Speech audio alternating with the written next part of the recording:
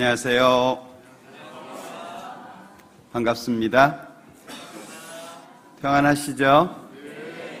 예. 찬양 들으면서 걱정이 됐어요. 이렇게 멋진 찬양을 제 생전에 처음 들은 것 같은데 좀 과했나요? 예, 좋은 찬양에 걸맞는 말씀을 드려야 될 텐데 걱정입니다. 올 한 해 우리 부산 권역 모든 형제자매님들 가정에 하나님의 사랑과 은총이 더욱 충만하기를 기도합니다. 같이 잠깐 기도하겠습니다.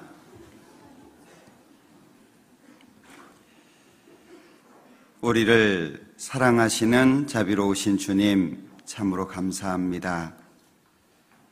세상의 수많은 사람들 가운데 먼저 불러서 구원해 주시고 천국의 소망 가운데 오늘까지 교회 안에서 지켜주시고 많은 은혜 가운데 우리를 양육해 주신 아버지 하나님, 참으로 감사합니다. 베풀어 주신 그 큰 은혜에 대해서 더욱 하나님의 뜻 가운데 살고 하나님의 마음을 시원케 하기를 소망합니다. 때로는 넘어지기도 하고 때로는 신앙 안에서 갈등하기도 하지만 주님께서 주신 그 큰 은혜 우리 마음속에 있고 그 은혜를 다시금 순종함으로 주님께 드리기를 소망합니다. 한 해를 마감하고 한 해를 시작하면서 하나님 앞에 어떻게 살아야 할지 우리의 마음을 정할 수 있도록 도와주시고 우리 구원받은 모든 사람들 마음속에 합당한 대로 은혜로 채워주시며 또 한 해를 계획하고 설계하는데 하나님께서 동참해 주시기를 원합니다. 주님의 말씀이 전해지는 모든 곳마다 같은 은혜와 능력으로 함께 해주시고 특별히 해외에서 수고하시는 많은 선교사님들, 가족들과 함께하는 동역자 형제자매님들이 있습니다. 그들을 기억해 주시고 외롭지 않도록 지치지 않도록 하나님께서 더욱더 큰 능력과 은혜로 함께 하셔서 그 모든 곳에서도 하나님의 동일한 역사가 나타날 수 있도록 축복해 주옵소서. 더욱 이 자리에 함께 하셔서 말씀을 듣는 각 사람들 마음속에 합당한 은혜로 채워주시고 올 한 해 하나님 보시기에 기쁘게 또 하나님 앞에 영광스럽게 한 해를 살아갈 수 있도록 도와주시기를 원합니다. 모든 시간 함께 해주시기를 원하면서 언제나 우리를 사랑하시는 예수님의 이름으로 기도합니다. 아멘. 신약성경 마태복음 18장 찾아보겠습니다.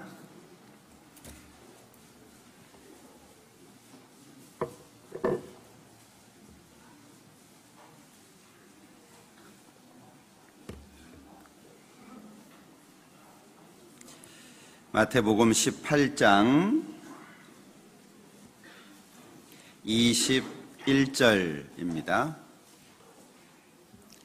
마태복음 18장 21절. 그때에 베드로가 나와 가로되 주여 형제가 내게 죄를 범하면 몇 번이나 용서하여 주리이까? 7번까지 하오리이까? 예수께서 가라사대 네게 이르노니 7번뿐 아니라 70번씩 7번이라도 할지니라. 누가복음 7장도 보겠습니다.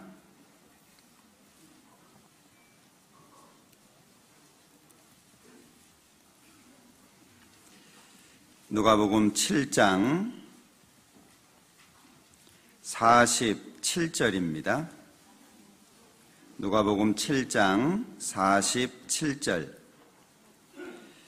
이러므로 내가 네게 말하노니 저의 많은 죄가 사하여졌도다. 이는 저의 사랑함이 많음이라.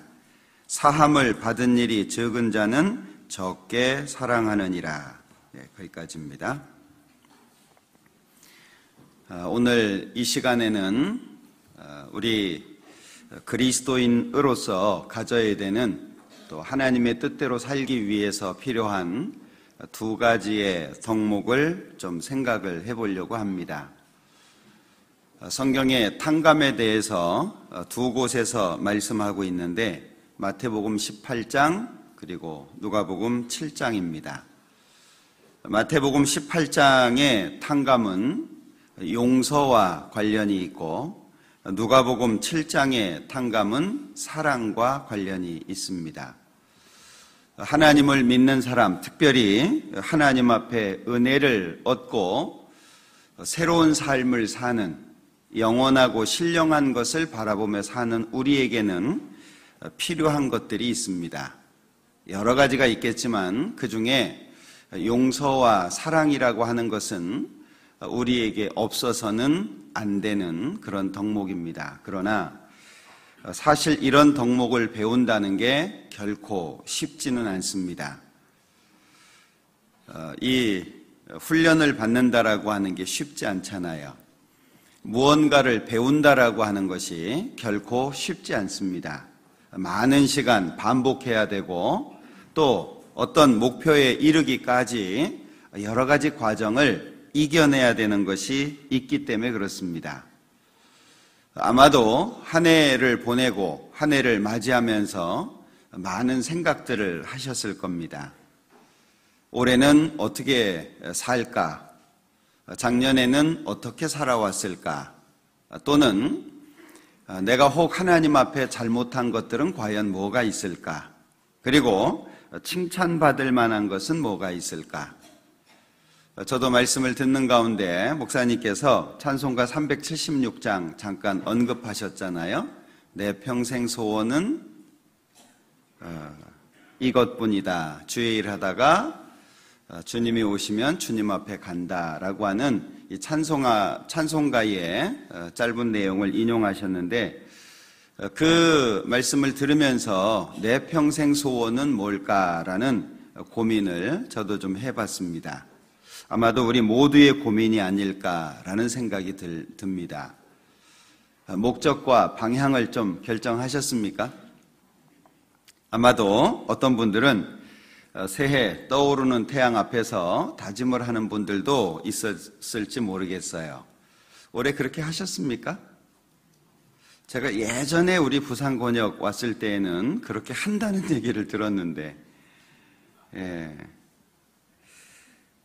우리 시대가 하나님을 섬기고 하나님을 따라가기에는 너무나도 어려운 시대입니다. 디모데후서에서 말씀하고 있는 것처럼 경건의 모양은 있으나 경건의 능력은 부인하는 그런 시대가 지금 우리 시대입니다. 그래서 우리 역시 구원을 받은 사람들이고 천국을 소망해서 살지만 이 땅에 살고 있기 때문에 이 세상에 영향을 받을 수밖에 없다라고 생각이 돼요. 세상은 더욱 하나님과 멀어져 가고 있고 이 세상은 점점 어두워져 가고 있고 가치관이라든지 뭔가 과거의 기준에서 벗어나서 너무 다른 모습으로 달려가고 있는 게 지금 우리 시대입니다. 그렇기 때문에 그들을 전도하고 그들 속에서 살고 많은 시간을 그들과 함께하고 있기 때문에 그리스도인의 마음을 지키고 더욱 견고해진다라고 하는 것이 결코 쉽지는 않을 겁니다. 그래서 그런지 지금 우리 시대는 편안하게 교회 출석을 하고 사람들하고 부딪히는 것을 멀리하고 싶어하고 불편한 것들을 또는 간섭받기를 싫어하는 그런 모습이 상당히 많아지는 것 같습니다.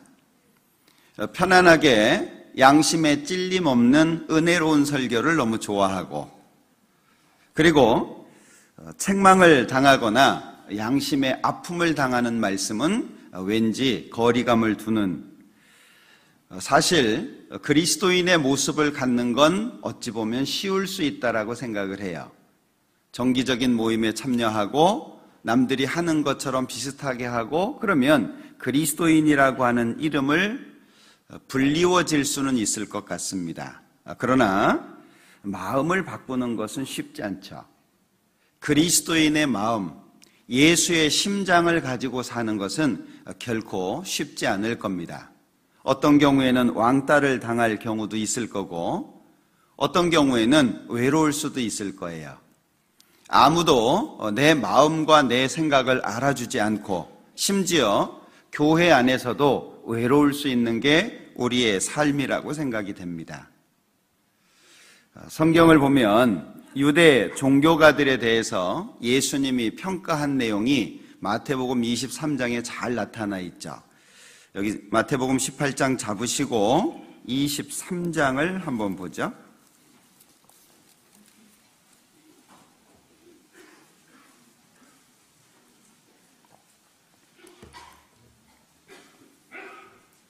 (1절입니다) 이에 예수께서 무리와 제자들에게 말씀하여 가라사대 서기관들과 바리새인들이 모세의 자리에 앉았으니.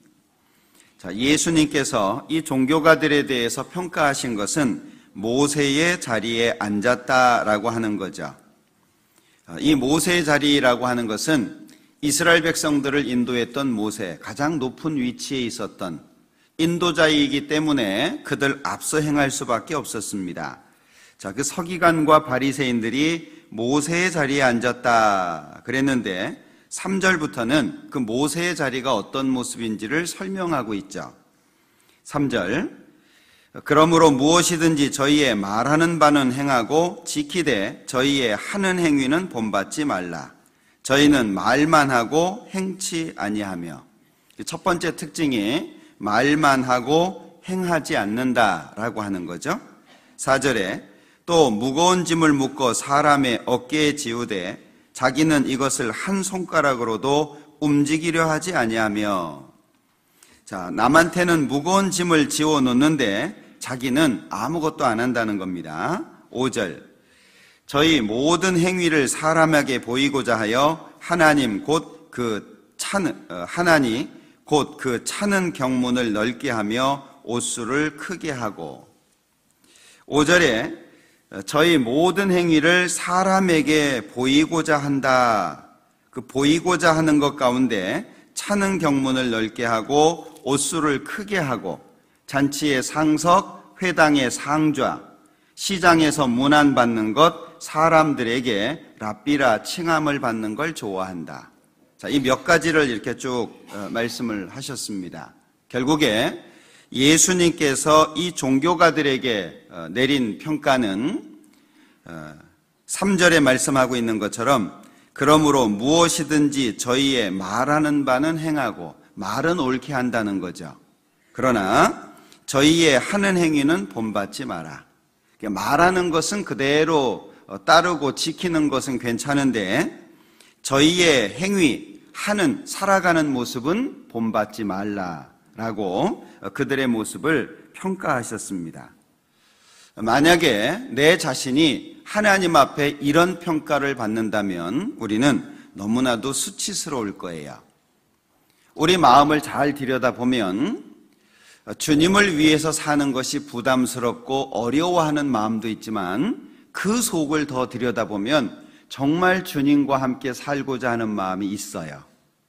그 애틋하고 주님을 사랑하고 주님과의 관계가 더욱 좋아지고 주님을 위해서 또는 주님이 기뻐하시는 모습을 위해서 살고 싶은 마음이 다 있어요.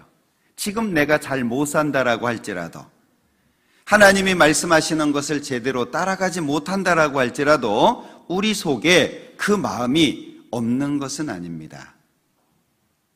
그런데 문제는 그것이 반복이 되는 훈련이 필요하고 힘들지만, 어제 헌금에 대해서도 말씀하셨지만 사실 헌금을 하면서 아무 생각 없이 하나님 거니까 하나님께 이런 마음을 가지면 너무 좋지만 사실 아까워하는 마음이 담겨 있기는 해요. 더욱이 경제적으로 어려운 상황이 되면 그런 마음은 더 들어요. 그런데 저는 개인적으로 그것을 넘어서서 하는 헌금이 더 아름답다고 생각이 돼요. 좋은 마음이지만 주님 거니까 주님께 괜찮아. 뭐 하나님이 다 책임지지. 굶어 죽겠어? 죽으라 그러면 죽지 뭐. 이런 마음으로 하면 얼마나 좋겠어요. 그런데 사실 그렇게까지 되지 않는다라고 할지라도 뭔가 아깝고 뭔가 염려가 되고 걱정이 되지만 그래도 하나님의 말씀이니까 하나님 쪽으로 기울어지는 그 마음이 하나님 보시기에 얼마나 아름다울까. 아이들에게 가끔 먹고 있는 것을 좀 달라고 해봅니다. 가끔 해보시죠. 그러면 어떤 아이는 막 그냥 주는 아이가 있고, 그리고 어떤 아이는 갈등하는 아이도 있어요. 이걸 줄까 저걸 줄까. 보니까 둘 다 비슷해 보이는데 가능하면 적은 걸 주기 위해서 고민을 하는 경우도 있죠.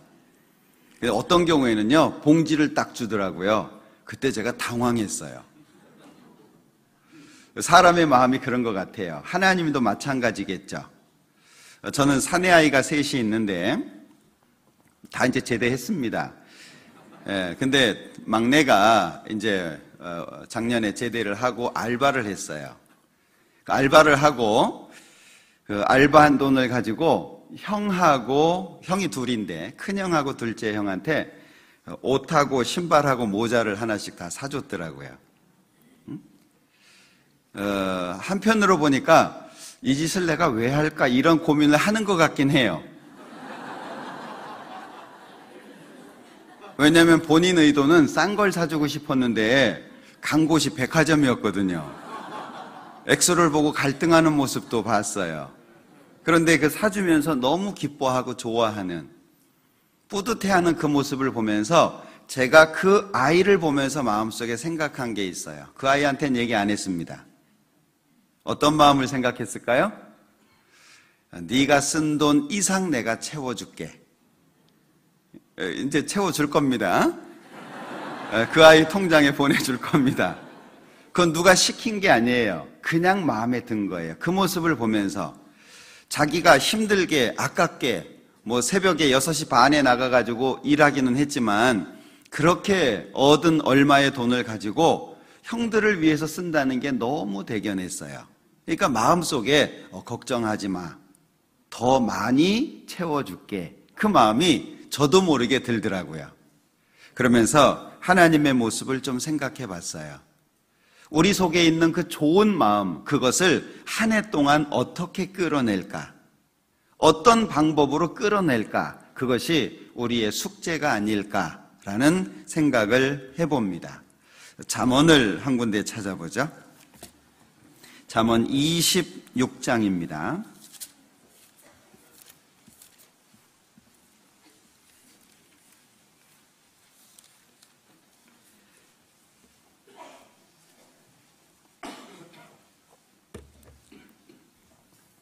잠언 26장 7절 같이 읽어보죠. 저는 자의 다리는 힘없이 달렸나니 미련한 자의 입의 잠언도 그러하니라. 저는 자의 다리는 힘없이 달렸다. 보여지는 모습을 그대로 설명하신 거죠. 그러면서 미련한 자의 입의 잠언도 그러하다. 자, 힘없이 달린 다리로는 무엇을 하기가 어렵습니다. 제대로 걷는 것도 뛰는 것은 더더욱이 어렵습니다. 분명히 다리는 있습니다. 그런데 다리는 있는데 그 다리가 하는 일을 제대로 할 수 없다는 거죠. 자, 말씀을 모르는 것이 아닙니다. 여기 뒤에 미련한 자, 분명히 미련한 자하고 잠언은 잘 어울리지 않습니다. 미련한 자의 입에서는 미련한 말이 나와야 됩니다. 그런데 미련한 자의 입에서 잠언이 나오는 거예요. 교훈이 나오는 겁니다. 그런데 그 교훈은 자기 자신도 모르고 자기 자신도 행할 수 없는 잠언입니다. 자, 우리는 말씀에 대해서 많이 안다라고 자부합니다. 말씀을 듣는 것, 말씀을 읽는 것 또는 외우는 것, 우리 교회처럼 말씀에 대해서 애착을 갖고 있는 교회는 거의 없다고 생각이 돼요. 대부분 설교의 시간이 30분 이내.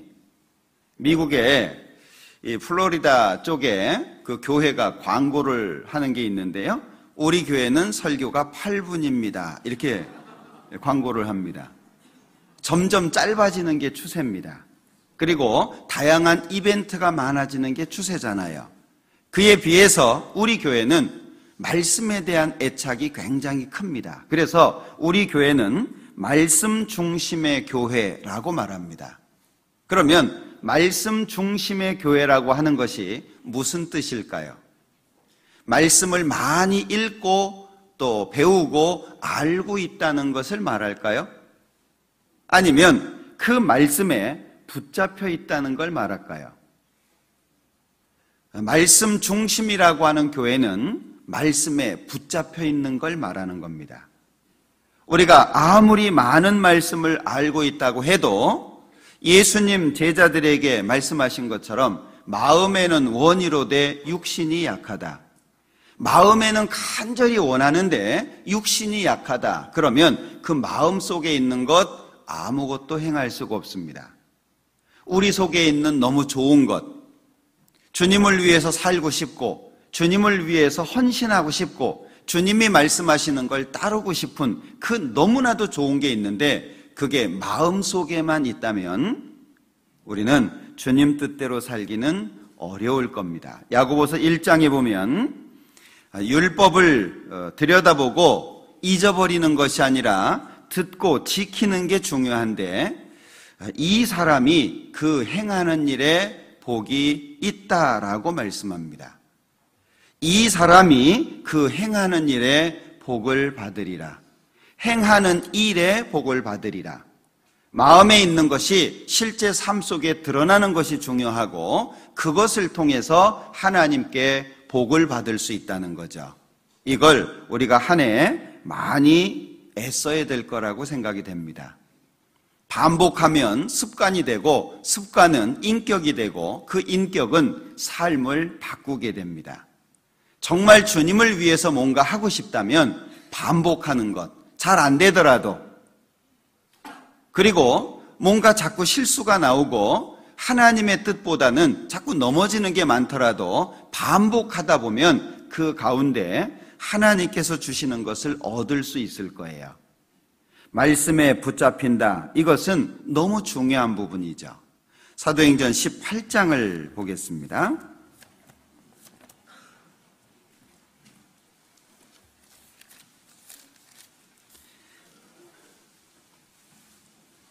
사도행전 18장 5절입니다. 실라와 디모데가 마게도냐로서 내려오매 바울이 하나님의 말씀에 붙잡혀 유대인들에게 예수는 그리스도라 밝히 증거하니. 여기 하나님의 말씀에 붙잡혀서 예수는 그리스도라고 밝히 증거했다. 말씀을 우리가 사용하는 게 아니고 말씀에 붙잡힌다라고 하는 것이 너무 중요합니다. 그러니까 고린도전서 4장 20절에도 하나님의 나라는 말에 있지 아니하고 오직 능력에 있습니다. 하나님의 나라는 말에 있는 게 아니다. 능력에 있는 거다. 어느 날 집에 갔더니 수도에서 이 수도 꼭지에 뭐 하나 껴놓잖아요. 물 이렇게 조정하는 거 껴놓잖아요. 그게 이제 잘 안 맞았어요. 그래서 제가 한번 해보려고 장비를 가지고 들이댔는데 저희 자매가 저한테 하는 말, 나오세요. 제가 하는 게 시원찮았던 모양이에요. 나도 할 수 있다고, 할 수 있는 거 아는데 나왔으면 좋겠다고.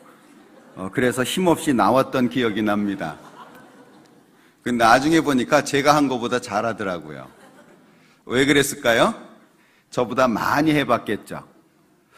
반복이라고 하는 게 정말 중요한 것 같아요. 그러니까 우리가 하나님의 말씀에 붙잡힌다, 하나님의 능력에 의해서 이끌려진다라고 하는 건 너무 중요한 것 같아요.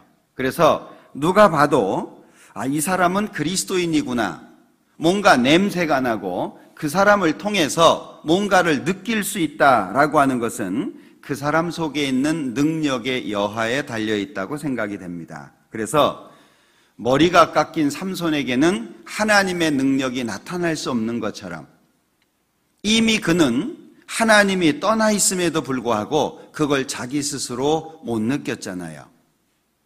나에게 하나님께서 능력을 행하시고 나를 통해서 하나님이 나타나기 위해서는 우리가 갖춰야 되는 것들이 있다라고 하는 겁니다. 그래서 우리는 말씀을 많이 접하기 때문에 기회가 있어요. 그리고 올 한 해라고 하는 이 시간이 주어졌다는 건 더욱이 큰 은혜라고 생각됩니다. 전도서에 보면 빛은 실로 아름다운 것이라 사람이 햇빛을 보는 게 좋다고 말씀하고 있는데, 빛이 실로 아름답다. 아침에 제가 비춰지는 햇빛을 보면서 그런 기도를 했어요. 하나님, 올 한 해도 살아갈 수 있는 시간을 주셔서 감사합니다. 무엇을 원하는지 알게 해주시고 그대로 따라갈 수 있도록 힘을 주십시오라고 하는 개인적인 소망을 잠깐 생각했던 시간이 있는데, 빛이 실로 아름답죠. 이 시간을 살 수 있다라고 하는 것은 어떤 사람에게는 그렇게 갈급하고 갈망하지만 할 수 없는, 가질 수 없는 시간입니다. 병원에 누워 있다든지 또는 죽음을 앞두고 있다든지 아니면 이 세상을 떠나는 사람은 더 살고 싶지만 이 시간, 우리가 누리는 이 시간이 그들에게는 이루어지지 않습니다. 근데 우리는 그걸 누리고 있는 거죠. 빛은 실로 아름답다. 그러면 어떤 마음과 어떻게 살아야 될까? 우리의 신앙의 삶 속에 2019년 용서와 사랑이 자연스러워지는 한 해가 됐으면 좋겠다라는 생각을 해보게 됩니다. 마태복음 18장 보죠.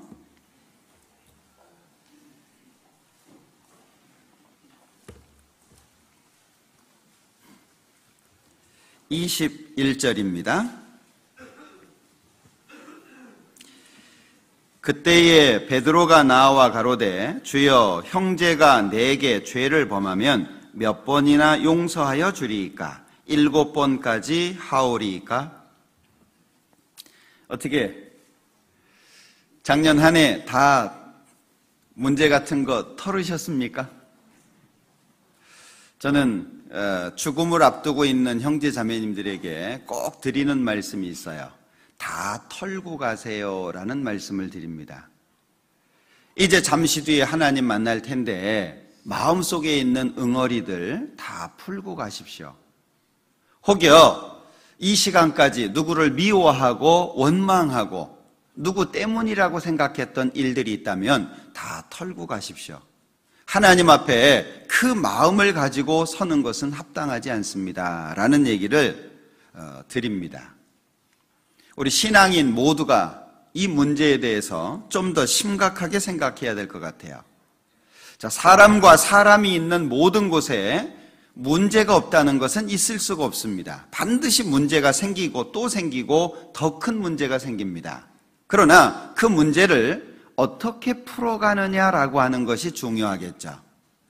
자, 여기 베드로가 예수님께 묻습니다. 형제가 나한테 죄를 범하면 몇 번이나 용서해 줄까요? 그런데 베드로는 7번을 언급했어요.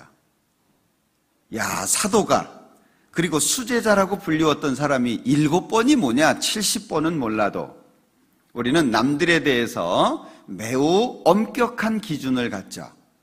자기에 대해서는 너무나도 관대한데 남에 대해서는 엄격합니다. 왜 저러지? 저거밖에 못하나? 아, 저럴 수가 있나? 그런데 자기가 잘못한 것은 나는 이유가 있고 나는 연약하고 나에게는 합당한 어떤 상황이 있어요. 자, 7번 과연 적을까요? 아마 작년 한 해도 많이 고민하셨을 거예요. 용서하고 싶은데 안 됩니다. 말씀을 들으면 찔려요. 이걸 가지고 계속 오는 것 자체가 안 맞습니다. 그런데 잘 안 돼요. 용서하고 싶은데 잘 안 돼요. 우리 아이들도 그러잖아요. 하나님이 나한테 주신 아이니까 잘 키워야지.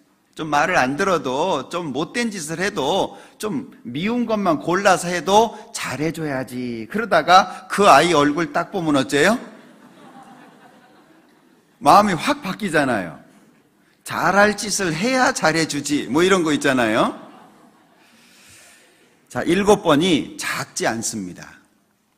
사실 한 번 용서하는 것도 너무 어렵습니다. 왜냐하면 하나님 안에서의 용서라고 하는 것은 쌓아두는 것이 아니라 없애는 거거든요. 쌓아두는 것은 용서가 아닙니다. 그것은 나중에 언젠가 폭발을 해요. 우리 부모님들 자녀 훈계하듯이, 우리 어머님들 기억력 정말 좋죠. 막 1년 전 거부터 뒤집어 가지고요, 언제 이랬고 다 끄집어내잖아요.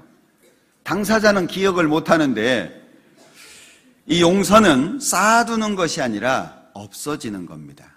내 마음속에서 없어지는 거예요. 그러니까 어렵다는 얘기죠. 자, 예수님의 답변을 한번 보죠. 22절입니다. 예수께서 가라사대 내게 이르노니 7번뿐 아니라 70번씩 7번이라도 할지니라. 70번씩 7번. 오해하시면 안 됩니다. 772 49 490번 땡, 이게 아닙니다. 여기에 보면 70번씩 7번이라도 계속 이어지고 있죠. 그러니까 하나님 안에서는 무한대의 용서가 필요하다, 그 얘기예요. 그러면서 23절 이후에 예를 드신 겁니다. 왜 70번씩 7번이라도 용서를 해야 되는지 그 이유를 24절부터 예를 들어서 말씀하신 겁니다. 23절 이러므로 천국은 그 종들과 회개하려 하던 어떤 임금과 같으니 회개할 때에 1만 달란트 빚진 자 하나를 데려오매 갚을 것이 없는지라. 자, 여기에 한 사람이 빚을 졌는데 1만 달란트입니다. 1만 달란트 그러니까 잘 감이 안 오죠. 달란트는 금을 잴 때 34kg의 무게를 갖고 있다고 합니다. 한 달란트가. 그게 1만 개예요. 그럼 값이 얼마일까요? 계산 안 하셔도 돼요. 잘 몰라요. 어떤 분이 계산을 하셨는데 조가 넘어갑니다. 조, 그러니까 조도 이게 잘 안 다가오죠. 우리는 뭐 몇백만 원, 몇천만 원 이래야 감이 큰데, 어쨌든 1만 달란트라고 하는 건 이 종으로서는 절대 갚을 수 없는 겁니다. 근데 빚을 진 거예요. 그런데 갚으라고 하니까 너무 그 애처로운 모습이 보여지는 겁니다. 27절에 그 종의 주인이 불쌍히 여겼다. 갚을 것이 없어서 그 고통스러워하는 그 모습을 불쌍히 여겨서 탕감을 해준 겁니다. 27절 그 종의 주인이 불쌍히 여겨 놓아보내며 그 빚을 탕감하여 주었더니, 자, 얼마나 좋은 일입니까? 이 사람에게는 너무 놀라운 충격적인 날일 겁니다. 자, 그런데 28절에 그 빚진 자, 즉 탕감받은 종에게 100데나리온을 빚진 동관이 하나 있었습니다. 그런데 그 사람을 만나서요, 28절에 하는 모습을 보면 만나 붙들어 목을 잡고 가로되 빚을 갚으라. 야, 이거 참 너무 무자비한 모습이죠. 1만 달란트 탕감 받은 사람으로서의 모습은 절대 아니에요. 그죠? 1만 달란트를 빚졌을 때 이 종의 주인은 그렇게 하지 않았습니다. 25절에 갚을 것이 없는지라 주인이 명하여 그 몸과 처와 자식들과 모든 소유를 다 팔아 갚게 하라. 참 무서운 말이죠. 그런데 주인이 불쌍히 여겨서 탕감을 해준 겁니다. 그런데 이 동관은, 이 종은 자기에게 100데나리온 빚진 사람, 데나리온은 하루 품삯이잖아요. 그러니까 100데나리온은 100일 동안 일해서 받는 보수라고 할 수 있겠죠. 자, 그 동관을 만나서요, 붙들어 목을 잡고 가로되 빚을 갚으라. 근데 갚을 수가 없는 겁니다. 갚겠다고 참아달라고 얘기하는데도 불구하고 30절 허락하지 아니하고 이에 가서 저가 빚을 갚도록 옥에 가두거늘. 아주 무자비한 모습이죠. 그러니까 옆에서 보던 사람들이 민망해가지고 주인에게 가서 말을 합니다. 그러니까 주인이 32절에 이에 주인이 저를 불러다가 말하되 악한 종아 네가 빌기에 내가 네 빚을 전부 탕감하여 주었거늘 같이 읽죠. 내가 너를 불쌍히 여김과 같이 너도 네 동관을 불쌍히 여김이 마땅치 아니하냐 하고. 자, 예수님께서 왜 이 예를 드셨을까요? 이 용서와 사랑이라고 하는 것은 우리에게 너무나도 필요한 덕목인데 이게 인간적인 노력으로는 불가능합니다. 우리가 애쓰고 노력한다고 해서 이것이 이루어지는 게 아니라는 거죠. 잘못하면 위선자가 되거나 아니면 무거운 짐이 될 수 있습니다. 할 수 없는 걸 하라고 하니까 짐이 될 거 아니에요. 하라고 하니까 하려고 하기는 하는데 하는 척하면 위선자가 되지 않겠습니까? 그러니까 이것은 너무나도 이 필요한 덕목인데 사실은 우리에게 어려운 거예요. 자, 용서. 왜 용서라는 말씀을 하시는데 이 탕감에 대한 말씀을 하셨을까요? 자, 한번 생각해 보죠. 이 1만 달란트 빚진 사람이 왜 100데나리온 빚진 사람을 탕감해 주지 못했을까요? 이유는 1만 달란트에 있다라고 생각이 됩니다. 1만 달란트. 즉, 이 종, 1만 달란트를 빚진 이 종에게 1만 달란트가 뭘까? 1만 달란트가 얼마의 가치를 가지고 있고 그 1만 달란트가 이 종의 마음속에 어느 만큼 차지하고 있었을까? 여기 갚을 것이 없어서 몸, 처, 자식들 모든 소유를 다 팔아 갚게 하라 이 말씀을 보면 아마도 주인이 이 빚진 자를 보니까 갚을 의지가 전혀 없어 보였던 것이 아닌가 싶어요. 왜? 이건 자기가 감당할 수가 없어요. 아무리 애를 쓴다고 해도 아무리 노력한다고 해도 종의 신분으로 1만 달란트 이것은 불가능한 겁니다. 자, 우리는 이 세상을 죄인이라고 하는 신분으로 출발합니다. 아담이 범죄한 이후 우리는 죄인이라는 신분으로 출발을 하는데 우리가 살아오면서 잘 살아보려고 얼마나 애를 썼습니까? 바르게 살아보려고 특히 부모님들 같은 경우에는 좋은 말씀 많이 하시잖아요. 어렸을 때에는 그 좋은 말씀들이 전부 잔소리로 들렸죠. 부모가 되면 그 잔소리라고 했던 말을 좋은 말이라고 자신이 하고 있어요. 분명히 잔소리로 들었던 얘기거든요. 근데 부모가 되고 나면 자기 자녀한테 그 얘기를 동일하게 하고 있습니다. 좋은 말인데 받아들일 수가 없는 거예요.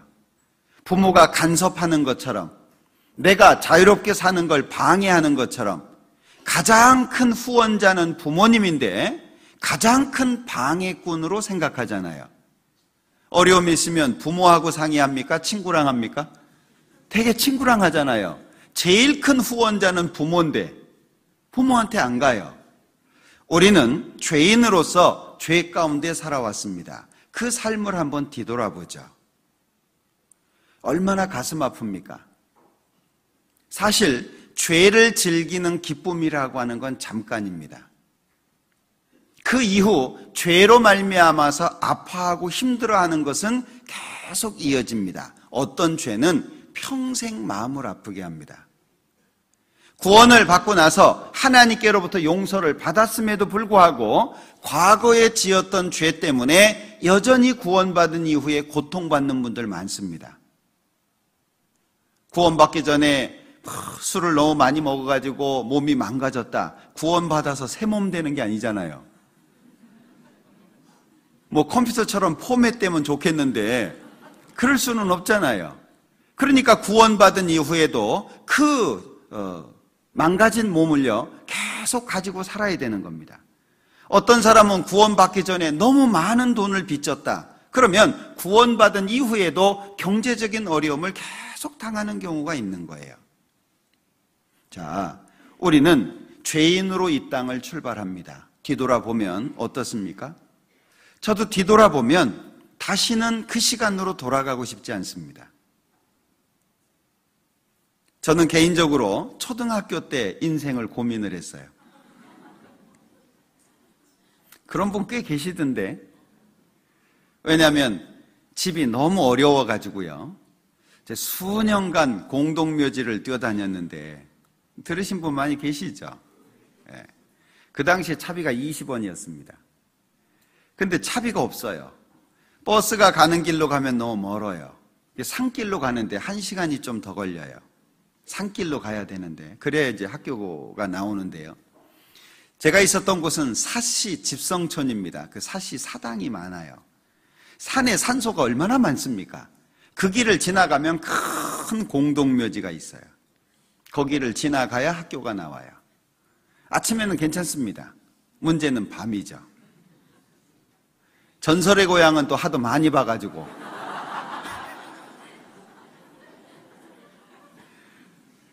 공동묘지 앞에 딱 오면은요, 연례 행사가 있어요. 반드시 도시락에서 숟가락 젓가락을 빼야 됩니다. 이거 안 빼면 이게 배경음악이 돼가지고요, 얼마나 무서운지. 중간에 쉬면 못 뛰거든요. 진짜 머리가 서요. 그 느낌이, 머리가 하나하나가 다 서 있는 느낌이 들어요. 그리고 그냥 귀신이 탁 나타나면 절도를 하든지 죽든지 하면 될 텐데, 그 잡힐 듯 말 듯 하는 거 있잖아요. 집에 올 때까지. 너무 힘들어요. 예? 숟가락 젓가락 빼서 책갈피 사이에 꽂고, 가방 울러매고, 모자 뒤로 딱 돌려 쓰고, 심호흡하고 이제 뜁니다. 그럼 집에 갈 때까지 쉬면 안 되는 거예요. 집에 도착하면 원망하죠. 그러니까 돌아보면은요, 왜 나는 이런 삶을 살아야 될까 하는 원망을 많이 했던 것 같아요. 부모님에 대한 원망도 너무 컸어요. 해서는 안 되는 말이지만 제대로 키우지도 못할 거 왜 낳냐, 이런 마음이 늘 있었어요, 마음속에. 그러다가 형님의 도움으로 말씀을 듣게 됐죠. 그리고 구원을 받게 됐습니다. 구원을 받을 때 그 응어리가 풀어지는 놀라운 경험을 했어요. 참 신기하더라고요. 부모님에 대한 정이 별로 없어요, 저는. 없이 자랐어요. 그냥 부모님이에요. 무서운 분, 부모. 그리고 자식을 제대로 못 키운 분. 항상 내가 원망을 해야 되는 그런 분. 마음속에 그런 응어리가 있었거든요. 근데 구원을 딱 받자마자 그 마음이 제가 의도한 게 아닌데 그냥 녹아졌어요. 그게 정말 놀라웠습니다.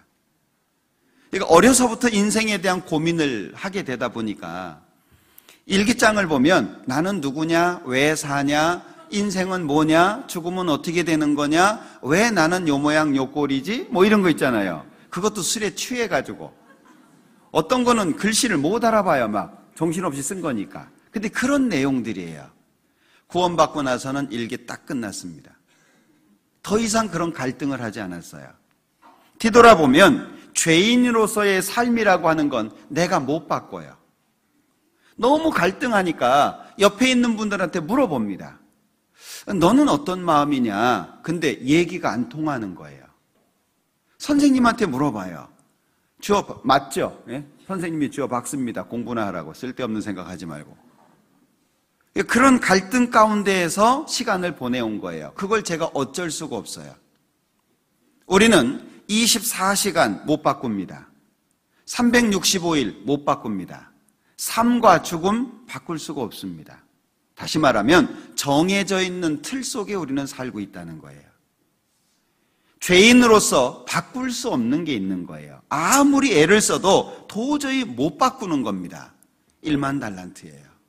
갚을 수가 없어요. 그런데 율법이라고 하는 그 지엄한 명령 앞에 저는 잠을 못 잤습니다.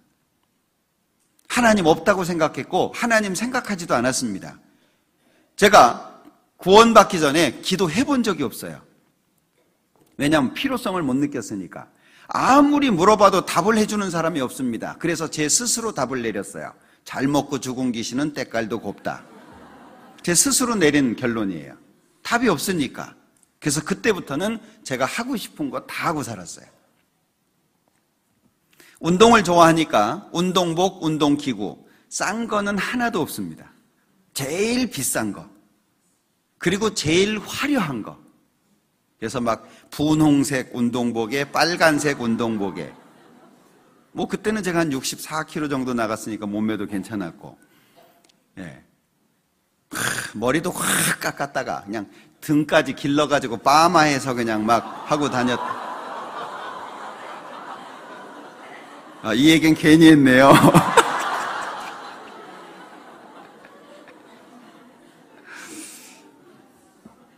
예. 평생 저는 그렇게 살 줄 생각했어요. 그리고 365일 술을 먹고, 술 먹는 게 낙이고, 운동하는 게 낙이고, 그리고 한국에 웬만한 그 해수욕장은 안 가본 데가 별로 없습니다. 그게 제가 내린 결론이었어요. 그런데 저는 역사를 통해서 하나님을 배우게 됐거든요. 하나님이 계신 게 너무 명확하게 마음속에 왔어요. 근데 율법이 있더라고요. 그 법이 제가 살아왔던 흔적들을 다 일깨워 주는 거예요. 생각하기 싫은 것까지 다 생각이 나요. 밤에 잠을 못 잤어요. 저는 기도할 줄도 몰랐습니다. 제가 밤새 했던 얘기는, 하나님, 저 어떻게 합니까? 이제 죽으면 지옥이에요. 지옥이 정말 눈앞에 보이는 것 같아요. 너무 고통스러웠습니다. 제가 밤을 새려고 한 게 아니고 밤이 새졌어요. 그냥 갈등하고 고통하는 가운데 밤이 지나간 거예요. 너무 고통스러웠습니다. 그 율법 앞에 저는 아무것도 할 수가 없었어요. 내가 지은 죄를 후회해봐야 소용도 없고, 저는 나 같은 사람은 착하다고 얘기 듣지 않냐, 착하다는 얘기 듣는 거 쉽습니다. 동네에서요, 어른들 뵐 때마다 인사하면 착하다 그래요. 우리는 착하다는 기준이 별로 없어요. 네? 그러니까 만날 때마다 안녕하세요, 건강하시죠, 반갑습니다 계속 인사하면은요, 저놈 됐어, 속도 모르고. 근데 하나님 앞에 서 보니까 이건 도저히 제가 어떻게 할 수가 없어요. 그래서 슬퍼하면서 밤을 지샜습니다. 아침에 일찍이 제 발로 찾아갔어요. 형님이 저를 전도했는데, 내가 지금 마음이 이렇다, 나 어떻게 좀 해주라. 답이 있는 것도 몰랐어요. 어떻게 좀 해야 되겠다, 난 도저히 이렇게 못 살겠다. 그러니까 형님과 형수님이 씩 웃더라고요. 그땐 되게 미워 보였어요. 나 힘들어 죽겠는데 웃고 있으니까. 지금은 이해합니다. 이놈이 됐구나, 지금 구원받을 상태가 됐구나, 이런 마음이었겠죠. 말씀을 듣고 구원을 받게 됐습니다. 예수님의 십자가, 그리고 예수님의 죽음과 그 예수님의 눈물과 땀이 정말 마음속에 기쁨이 됐어요. 참 희한하죠. 부모님을 향해서 갖고 있었던 그 단단한 응어리까지 싹 녹아버렸어요. 정말 신기하더라고요. 그 예수님의 십자가, 너무 감동스럽고 내 죄가 영원히 용서됐다는 사실 자체가 너무 행복해가지고 어쩔 줄을 모르고 방을 서성였어요. 앉아있지도 못하고 서있지도 못하고 그냥 어정쩡하게. 그 다음날 제가 회사 가서 동료들 다 불러놓고 술 사줬습니다.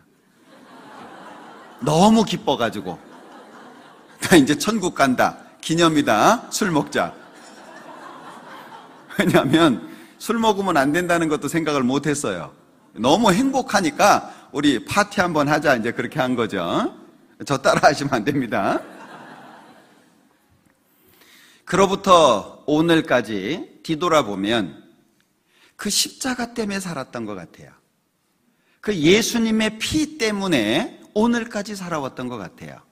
때로는 넘어질 수 있는 상황도 있었고, 때로는 하나님을 오해해서 마음에 문제가 생길 때도 있었고, 또는 형제와 형제, 교회 안에서 어려움으로 인해 가지고 하나님을 멀리할 수도 있었는데, 뒤돌아보면 그 십자가 때문에, 그 예수님의 피 때문에 오늘까지 이 자리에 있었다라고 생각이 돼요. 자, 1만 달란트, 이 종으로서는 어찌할 수 없는 겁니다. 자, 그런데 이 1만 달란트가 이 종의 마음속에 어떻게 자리했을까? 100데나리온, 이 100데나리온 빚진 사람을 탕감해 주지 못하는 모습을 보면 이 사람의 마음에는 1만 달란트가 적어진 것 같아요. 가치가 없어진 거죠. 1만 달란트, 상상할 수 없는 돈을 빚지고 있다. 그 무게감은 경험하지 않은 분은 잘 모를 것 같아요. 자, 예를 들어서 우리가 10억 빚졌다고 생각해 보자. 10억. 그런데 빚을 갚으라고 맨날 전화합니다. 하루에 한 번씩 전화합니다. 그리고 협박을 합니다. 안 갚어? 이 도둑놈, 날도둑놈. 너 이거 띄어먹을래? 안 갚을래? 계속 전화합니다. 가끔 조폭이 하루씩 방문합니다. 너 빚졌다면서? 너 간이 배 밖으로 나왔나 봐. 뭐 이러면서 하루씩 온다고 생각해봐요. 어떻게 살겠습니까? 들들 볶인다는 말을 우리가 하잖아요. 아마 정말 살기 어려울 거예요. 이 빚졌다, 이 무게감이라고 하는 건 상상할 수 없는 겁니다. 그런데 그 빚이 순식간에 사라진 거예요. 그것도 27절에 보면 주인이 불쌍히 여겨서 탕감의 이유죠. 불쌍히 여긴 거예요. 탕감해 주셨습니다. 마음이 얼마나 커져야 될까요? 1만 달란트에 눌려 있다가 거기에서 해방되는 거예요. 그러니 100데나리온, 이 100데나리온이 눈에 들어오겠습니까? 우리 외국에 가면은요, 돈 막 쓰시는 분들이 있어요. 미국 같은 데 가면은요, 돈 부르는 이름이 다 다르잖아요. 그죠? 우리 10만 원이에요. 근데 미국 돈으로는 얼마예요? 100달러예요. 얼마 안 돼 보여요. 그게 막 써요. 그 10만 원인데 한국에서는 10만 원 쓰기 어려운데 미국 가면 100달러 쓰는 걸 쉽게 생각하시는 분들이 있더라고요. 돌아오면 이제 부도 나겠죠. 자, 생각해 보세요. 1만 달란트입니다. 그런데 자기에게 100데나리온 빚진 사람이 있어요. 1만 달란트를 탕감받았다면 100데나리온이 작아지지 않겠습니까? 그건 너무 아무것도 아닌 거예요. 다시 말하면 1만 달란트 탕감받은 것은 우리가 예수님을 통해서 우리의 모든 죄를 영원히 용서함을 받은 것이고 100데나리온을 탕감해 줘야 되는 것은 나에게 죄 짓는 형제에 대한 것을 말하고 있는 거예요. 결국에 용서는 언제 되죠? 1만 달란트가 커져야 용서가 된다는 거예요. 용서할 수 있는 힘이 없는 게 아닙니다. 우리는 다 용서할 수 있는 힘을 가지고 있어요. 구원을 받은 것이 명확하다면, 구원받은 게 틀림없다면 우리는 충분히 용서할 수 있습니다. 좋은 마음으로, 주님의 마음으로. 그런데 1만 달란트가 마음속에 어떻게 자리하느냐. 지금 우리 시대는 예수님의 십자가가 상징이 되어가는 시대입니다. 간증을 들어도 예수님의 피가 안 나와요. 간증할 때 보면은요, 막 과거 얘기는 막 화려하게 합니다. 막 제가 왕년에 막 펄펄 날아다니고 막 돌도 씹어 먹고 막 쇠도 녹이고 막 별거 다 했어요. 막 그렇게 막 1시간 막 30분 1시간 얘기하다가 구원 받았어요 이러고 끝나요. 우린 뭘 듣고 싶죠? 우리 뭐 듣고 싶어요? 그 사람의 화려한 전력을 듣고 싶습니까? 그거요 안 해도 괜찮아요. 우리 뭐 듣고 싶어요? 그 강팍했던 마음이, 하나님을 모르고 죄 가운데 살았던 그 마음이 어떤 말씀으로, 어떤 과정을 통해서 예수님의 피와 십자가가 그 마음에 박혔는지를 보고 싶은 거잖아요. 그죠? 근데 그 간증이 없어지는 거예요, 점점. 구원 받았어요. 그러면 요즘엔 또 물어보기도 힘들어요. 왜 안 나올까 봐. 이게 자연스러워져야 되거든요. 자, 외국에 갔습니다. 한국 사람 같은 사람을 만났어요. 그럼 물어보잖아요. 한국 사람입니까? 한국 사람은 딱 보면 알아요. 왜냐면 되게 굳어 있거든요, 한국 사람은. 표정이. 일본 사람은 모르는데도 하이에 하이. 못 알아들어도 하이. 그냥 웃으면서 하이, 하이 그러거든요, 일본 사람들은. 한국 사람들은요, 막 이게 딱 굳어져 있어요. 누가 말 붙이기가 어렵죠. 안녕하세요. 안녕하거나 말거나. 뭐 이런 거 있잖아요. 자, 그런데 이 한국 사람들이 외국에 가서 한국 사람이 없는 곳에 가서 한국 사람을 만났다. 되게 반갑잖아요. 한국 사람입니까? 아, 예, 한국 사람입니다. 어디 사세요? 아, 나 부산 삽니다. 아, 그래요? 부산 어디요? 점점 이게 친밀해지잖아요. 우리가 간증하는 게 그런 거거든요. 나는 천국 갈 사람인데 당신 천국 갈 사람입니까? 아, 예, 저도 천국 갑니다. 어떻게 가게 됐습니까? 누가 전도했습니까? 이게 너무 궁금한 거 아니겠습니까? 제가 87년도에 구원을 받고 청년회에 참석을 했어요. 간증을 시키더라고요. 근데 너무 살벌한 거예요. 분위기가 맨 앞에 한 줄은 오래되신 그 형제님들, 임원하고 이런 청년 형제님들이 맨 앞에 한 줄 딱 앉았어요. 그리고 이제 호명을 해요. 나오세요. 그럼 이제 간증을 하는 거예요. 간증 딱 끝나잖아요. 박수 안 쳐요. 요즘엔 간증 끝나면 뭐 시원찮아 보여도 박수 쳐주죠. 박수를 안 치는 거예요. 그리고 앞에 있는 분들이 한 분씩 돌아가면서 질문을 해요. 질문도 제대로 합니까? 막 비비 꽈가지고 막. 예? 아, 구원받은 예수님의 피가 뭐 믿어집니까? 이렇게 물어보지도 않아요. 막 여러 가지 질문을 합니다. 제대로 답을 못 하잖아요. 다시 한번 더 들으세요. 그럼 박수 안 치고 끝나는 거예요. 그 분위기 한번 생각해 보세요. 얼마나 살벌합니까? 그런데 이제 축하합니다. 그러면 그때 이제 박수 치는 거예요. 그러면 안심하고 내려가는 거죠. 참 살벌할 때도 있었어요. 그런데 어찌 보면 지금은 누구나 인정해 주지만 과거에는 살벌했지만 차이가 좀 있죠. 그때는요, 이 복음에 대해서 쉽게 설명도 안 해줬습니다. 정말 이 사람 마음이 간절해질 때까지 그냥 냅둬 버렸어요. 좋은 모습은 아니지만, 그러니까 막 간절하게 본인이 원하다가 구원을 받았으니까 이 십자가가요, 너무 큰 거예요. 근데 지금은 상징이 되어 갑니다. 얼마나 쉽습니까? 어떤 분의 표현에 의하면 숟가락으로 밥을 떠서 입에다 넣어줘도 못 먹는데요. 얼마나 쉽게, 지금 목사님들, 전사님들 집회하는 거 보면은요, 얼마나 쉽게, 얼마나 다양하게 잘 설명해주고 있습니까? 그런데 집회 끝나고 나도 아무것도 없는 경우가 많잖아요. 구원받았다고 말은 하는데 남는 경우가 별로 없잖아요. 십자가 얼만큼의 가치죠? 예수님의 피 얼만큼의 가치입니까? 내가 죽을 때까지 고생해도 이 죄 가운데에서 못 벗어납니다. 내가 평생 번 돈을 갖다 바쳐도 이 지옥 갈 운명에서 못 벗어납니다.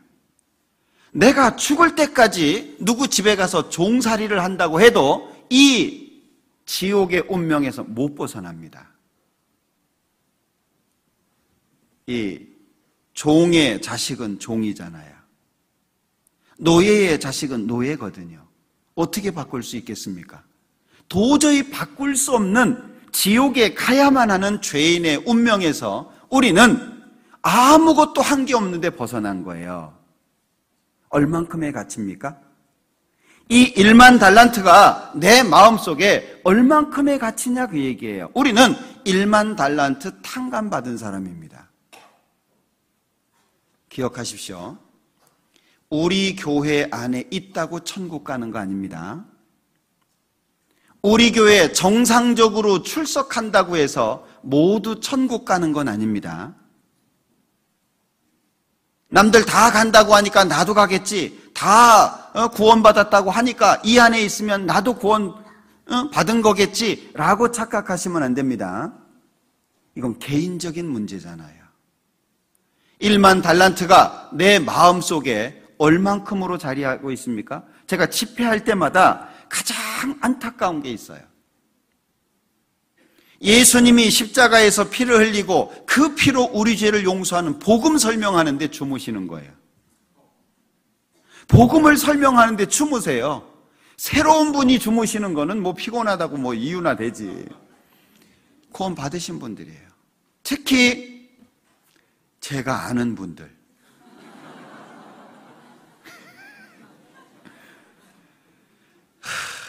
막 때려주고 싶어요. 호명해가지고 깨우고 싶어요. 심지어 어떤 분은 새로운 분 옆에다가 앉혀놓고 자기가 졸아요. 정말 가슴 아프죠. 우리 집회할 때 새로 오시는 분들 중에 좀 강팍하신 분들 있잖아요. 강사 눈에 안 보이는 자리에 앉히세요. 가능하면. 예? 또 이제 그냥 막 이분 막 어떻게든 왔다고 제일 잘 보이는 자리에 딱 앉히잖아요. 졸죠. 예? 그리고 딴짓하죠. 가끔 또 비웃으면서 피식피식 웃죠. 그러면요 강사 열받습니다. 예? 그러면 그 사람 설득시키느라고 집회가 잘 안 돼요. 아니 그렇더라고요. 해보니까 이 사람이 잘 못 알아듣는 것 같으니까는요 자꾸 또 한 얘기 또 하고 또 하고 또 하고 그래요. 잘 보이는 자리에는요 이렇게 잘 듣는 분들, 반응 잘 하시는 분들을 앉혀주세요. 그래야 집회 분위기가 좋아요.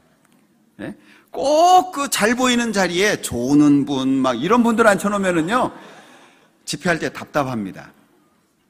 자, 어찌됐든 1만 달란트가 내 마음속에 얼만큼의 가치입니까? 그 가치가 제대로 잡혀 있으면 100데나리온은 아무것도 아니에요. 지옥 갈 내가 구원을 받고 지옥 갈 내가 용서를 받았는데 용서 못 받을 사람이 어디 있습니까? 그러니까 전도를 하고 잃어진 영혼을 불쌍히 여길 수 있는 마음은 어디서부터 오죠? 내가 용서받은 게 크면서 오는 거예요. 나 같은 죄인 살리신 겁니다. 찬송가 405장이잖아요. 나 같은 사람이 구원을 받았는데 용서를 받았는데 용서 못 받을 사람이 어디 있어요? 그러니까 보면 불쌍한 거예요. 이 사람 듣기만 하면 되는데 나도 들어서 됐으니까 이 사람 듣기만 하면 되는데 그런데 이 1만 달란트가 상징이 되면 내 마음이 식습니다. 내 마음이 차가워지면 다른 사람 영혼에 대해서 관심이 없어요. 그리고 나면 그것으로 끝나는 게 아닙니다. 내 마음에 하나님 것이 적어지게 되면은요, 세상 것이 그때부터 들어옵니다. 저 구원받았을 당시 감히 백화점 못 갔습니다. 오래되신 분들 기억하시죠? 구원받은 사람이 감히 백화점을 가? 꿈도 못 꿨던 얘기입니다. 영화를 봐? 구원받은 사람이 영화를 본다고? 말씀 다시 들어. 기준이 엄격했을 때가 있었어요. 철저하게 세상과 구별되려고 했고 오직 하나님만을 기쁘시게 하려고 했던 시간들이 있었어요. 근데 지금은 아이 뭐 영화 배우지 우리 형제님도 있어. 아이 팔아줘야지. 그리고 봐요. 자연스러워졌어요. 구원받은 게 죄냐? 아니 구원받았다고 해서 왜 누릴 수 있는 걸 못 누리냐? 자연스러워졌어요. 명품도 자연스러워졌고 뭔가 세상 사람들이 즐기는 것들이 자연스러워졌어요. 그래도 점심 먹고 커피는 한 잔 들고 가야지. 스타벅스 뭐 이런 거.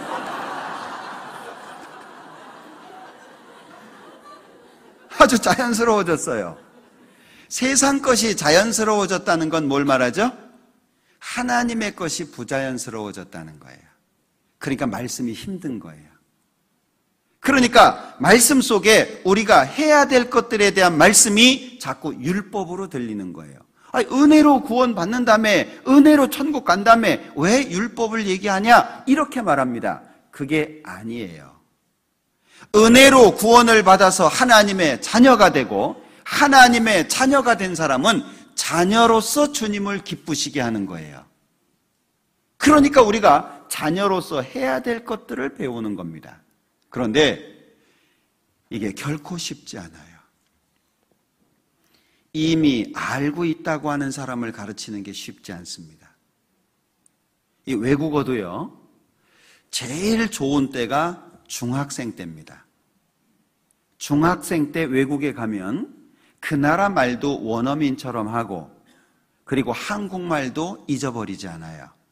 근데 너무 어린 나이에 가면 한국말을 잊어버려요. 그 나라 말은 잘하는데, 그런데 고등학교 이상의 나이로 가잖아요. 한국말은 안 잊어버리는데 그 나라 발음이 잘 안 나와요. 말이라고 하는 게 지식도 마찬가지거든요. 모르는 사람 가르치는 건 쉬워요. 이미 알고 있다고 하는 사람은요, 안 들어갑니다. 그래서 구원받은 지 오래되신 분들이 1만 달란트를 잃어버리는 거예요.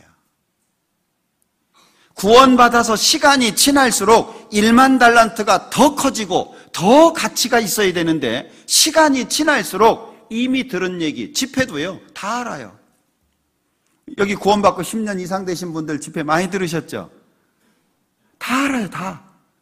그 다음에 뭔 얘기할까 알아요. 그래서 전도하면서 오늘 집회 가면 목사님이 이런 얘기 해줄 거예요. 자기가 다 얘기해요. 그리고 앉아서 졸죠. 왜요? 이미 아는 거니까 신선함이 떨어졌어요. 부부 사이에 시간이 지나면 권태기가 오죠. 왜요? 너무 익숙해졌어요. 익숙해지니까 귀한 줄을 몰라요. 저희 장인어른께서요, 평생 놀다 가신 분이에요. 일이라고는 해보지를 않으신 분이에요. 제가 결혼하고 11일째 돌아가셨는데, 평생, 그러니까 막 장모님 속을 막 극다 못해 그냥 막 갈라놓고 가신 분이죠. 노름은 또 좋아하셔가지고 방앗간도 하나 날리고, 그 정도면 뭐 얼마인지 아시죠? 그 옛날에 방앗간집 그러면 잘 사는 집이잖아요. 제가 결혼해서 보니까 다 없더라고요. 장인이 다 드시고 가셨어요. 또 돌아가시기 전에는 병을 얻으셔가지고 혼자 못 돌아 누우셨어요. 이게 장모님이 밭에서 일하시다가 한 2시간 돼서 와가지고 뒤집어 놓고, 또 나가서 일하다가 또 와가지고 또 이렇게 뒤집고, 그렇게 하셨어요. 그러다가 돌아가셨어요. 그럼 시원하다고 해야 될 거 아니에요. 그렇게 안 해도 되잖아요. 이제는 속 썩일 사람이 없잖아요. 그럼 시원하다고 해야 되는데, 저희 장모님이 하시는 말씀을 제가 들었어요. 아무리 그래도 있을 때가 나아. 살아있을 때가. 그 얘기 들으면서 가슴이 참 찡했던 때가 있어요. 내 옆에 누가 있다는 게 얼마나 중요해요. 내 옆에 있는 사람 꼴 보기 싫어요? 내가 뼈지 눈이, 도대체 이놈의 인간을 내가 뭐 때문에 옆에 뒀나? 빨리 죽기라도 해야 내가 다시 시작할 텐데.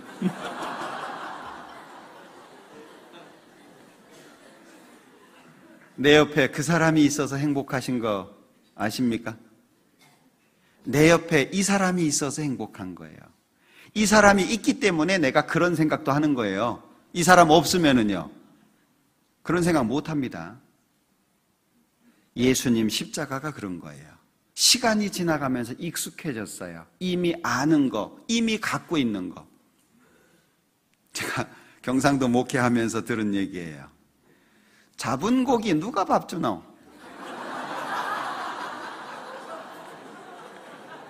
처음엔 제가 그게 뭔 얘기인지 못 알아들었어요.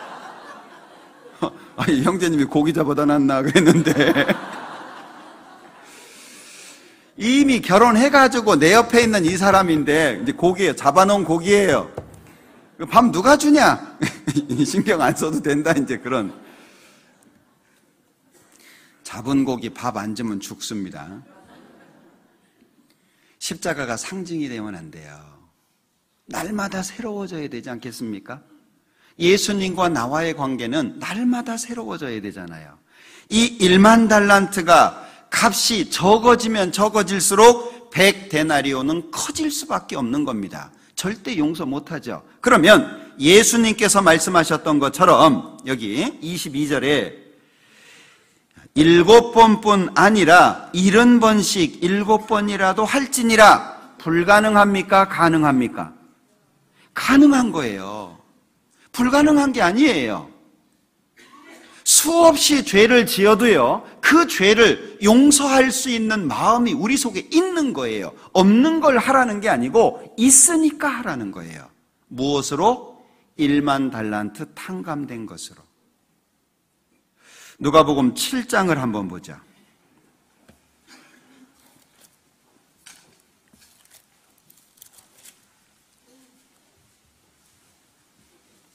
자, 누가복음 7장 36절입니다.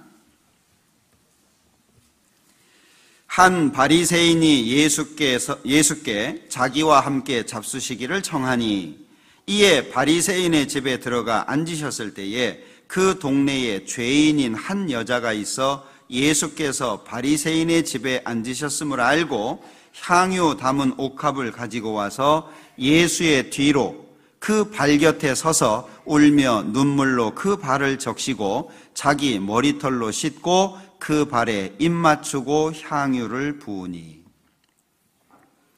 자, 마태복음 18장의 탕감은 용서와 관련이 있는 겁니다. 용서, 진정한 용서는 내가 받은 용서가 클 때 가능해진다. 그걸 비유로 말씀해 주신 거예요. 용서 받을 수 없는 내가 용서를 받았으니 누구 용서 못 해주겠냐, 그런 거죠. 그게 1만 달란트 비유입니다. 그런데 여기 누가복음 7장의 탕감에 대한 것은 사랑과 관련이 있는 겁니다.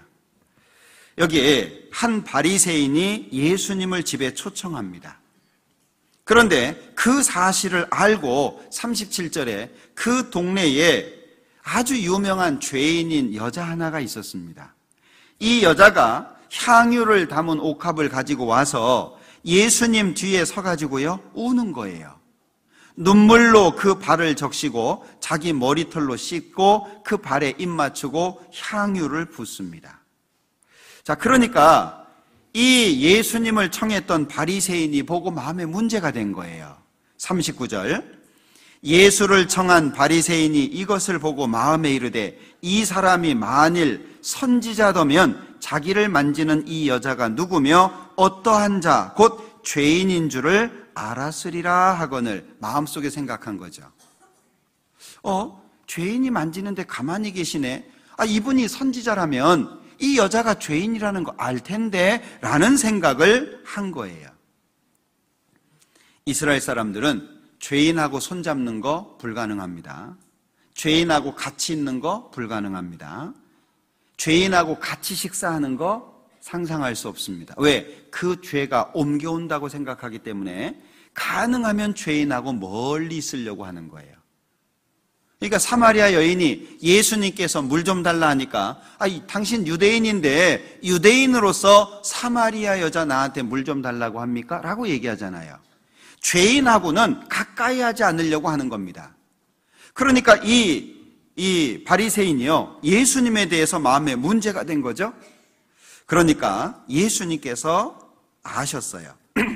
자, 예수께서 대답하여 가라사대 시몬아 내가 네게 이를 말이 있다 하시니 저가 가로되 선생님 말씀하소서. 가라사대 빚 주는 사람에게 빚진 자가 둘이 있어 하나는 500데나리온을 졌고 하나는 50데나리온을 졌는데 갚을 것이 없으므로 둘 다 탕감하여 주었더니 둘 중에 누가 저를 더 사랑하겠느냐. 시몬이 대답하여 가로되 제 생각에는 많이 탕감을 받은 자니이다. 자, 둘 다 탕감 받았습니다. 500데나리온, 50데나리온. 물론 차이가 있죠. 둘 다 탕감을 받았어요. 자, 그런데 어떤 사람이 탕감해 준 주인을 더 사랑하겠냐. 그러니까 이 바리새인이 이름이 시몬인 것 같아요. 많이 탕감받은 자입니다. 그러니까 예수님께서 네 판단이 옳다. 자, 44절에 여자를 돌아보시며 시몬에게 이르시되 이 여자를 보느냐? 내가 네 집에 들어오매 너는 내게 발 씻을 물도 주지 아니하였으되 이 여자는 눈물로 내 발을 적시고 그 머리털로 씻었으며. 자, 이 여자가 행한 것과 시몬 바리새인이 행한 것을 비교하면서 말씀하시는 겁니다. 자, 너는 내게 발 씻을 물도 주지 않았다. 자, 이걸 보면은요, 이 바리새인 시몬이 예수님을 어느 정도로 생각했는지를 알 수 있을 것 같아요. 예수님을 선지자라고 알려져 있으니까, 유명한 분이니까 좀 뛰어나구나 생각했던 것 같아요. 근데 왜 발 씻을 물도 안 줄까요? 보통 이스라엘 사람들은 손님이 오면 물을 내줍니다. 그리고 발을 씻어주기도 합니다. 근데 발 씻을 물도 주지 않은 거예요. 그런데 이 여자는 눈물로 발을 적시고 머리털로 씻고 있습니다. 45절, 너는 내게 입맞추지 아니하였으되 저는 내가 들어올 때로부터 내 발에 입맞추기를 그치지 아니하였으며. 입맞추지 않았다. 이 예수님을 초청하기는 했지만 마음속에 존경심이 없었던 것 같아요. 입맞추지도 않은 겁니다. 내가 바리새인이다. 나도 꽤 한다. 나도 어느 정도 해. 그런데 당신은 내가 보니까 나보다 조금 낫긴 한 것 같아. 존경심이 없는 거예요. 우리 말씀 중심의 교회입니다. 설교하시는 분들 위해서 기도 많이 해주세요. 설교하시는 분들을 위해서요, 매일매일 기도하시는 분들이 있다는 걸 압니다. 저도 그런 얘기 듣거든요. 목사님 이름 부르면서 제가 기도하고 있습니다. 그런 분들이 있어요. 기도 많이 해주세요. 말씀 중심의 교회에서 말씀의 깊이가 떨어지면 어떻게 하죠? 그러면 그걸 먹어야 되는 여러분들이 문제가 생겨요. 집에 자매님들요, 맛있는 거 있으면 꼭 같이 가서 드셔보세요. 어디 가서 먹었더니 맛있다 그러면 아내 데리고 자매님 데리고요 한번 꼭 가보세요. 같이 먹어보면, 맨날 집에서 반찬 못한다고 탓하지 말고 뭘 먹어봤어야지 맛있게 하죠. 네? 아내가 반찬을 맛있게 못하면 그걸 먹어야 되는 자신이 고통스러울 거 아니에요. 아내가 반찬을 맛있게 하면 먹는 자기가 좋잖아요. 그죠? 설교하시는 분들을 위해서 기도 많이 해주세요. 그리고 마음속으로부터 존경할 수 있도록 기도하셔야 됩니다. 네? 우리는 함께 교제하다가 어떤 분을 추천해가지고 전도사로 세우고, 그리고 그분이 교육을 받고 전도하고 훈련 받는 가운데 나중에 안수를 받잖아요. 이번에도 28분이 안수를 받으셨는데 기도 많이 해주세요. 그리고 마음속으로부터 존경하시고 그를 따르려고 해주세요. 그래야 하나님으로부터 복을 받기가 쉽습니다. 전도인의 마음이 하나님 앞에 딱 맞춰져 있지 않으면 설교 준비 어렵습니다. 여러 가지 갈등으로 인해서 마음이 무거워지면 설교 준비 제대로 안 됩니다. 제가 해보니까 그래요. 고민거리가 있고 갈등이 있고 뭔가 형제 자매님들로부터 어려움이 있고 막 이러면은요, 그러면 준비가 안 돼요. 맨날 야단치는 소리나 해대고 우리 목사님은 잔소리만 해대고 이러면은요, 설교 준비할 때 잔소리 없는 게 뭐지 이걸 찾아요. 또 잔소리 한다고 할 거니까 설교를 골라서 준비하게 되더라니까요. 기도하면서 하나님께로부터 받으려고 하는 것보다 형제 자매님들이 좋아할 만한 걸 찾고 있는 제 모습이 보이는 거예요. 이 말씀을 하고 싶은, 이거 하면 잔소리라고 할 텐데 그럼 빼요. 그럼 누구 손해예요? 듣는 분들 손해죠. 말씀 중심의 교회라고 하는 건 앞에서 말씀하시는 분들의 역할이 그만큼 중요하다는 거예요. 누가 세워요? 우리 형제 자매님들이 세웁니다. 우리 형제 자매님들이 전도인들을 만들어가는 거예요. 마치 여왕벌이 죽으면 일벌 하나 골라가지고 뭐 먹이잖아요. 좋은 거. 그래서 여왕벌 만들잖아요. 그죠? 그것처럼 우리 교회도 마찬가지입니다. 기도 많이 해주세요. 자, 생각나서 말씀드린 거고요. 자, 45절에 너는 내게 입맞추지 아니하였으되 저는 내가 들어올 때로부터 내 발에 입맞추기를 그치지 아니하였으며 너는 내 머리에 감람류도 붓지 아니하였으되 저는 향유를 내 발에 부었느니라. 감람류도 붓지 않은 거예요. 우리식으로 말하면 너는 내가 왔을 때 식용유도 안 붓는데 얘는 올리브유 붓어 뭐 이런 거잖아요. 그 흔한 감람류도 안 부은 거예요. 네? 감람류가 올리브유네요. 저는 향유를 부었다. 일반적인 거, 그 흔한 것도 주지 않았는데 이 사람은 향유를 준비해서 내 발에 부었다. 왜 이렇게 했냐? 47절 같이 읽죠. 이러므로 내가 네게 말하노니 저의 많은 죄가 사하여졌도다. 이는 저의 사랑함이 많음이라. 사함을 받은 일이 적은 자는 적게 사랑하느니라. 그러면 이 500데나리온, 50데나리온 탕감에 대한 말씀은 뭘 설명하고 있는 겁니까?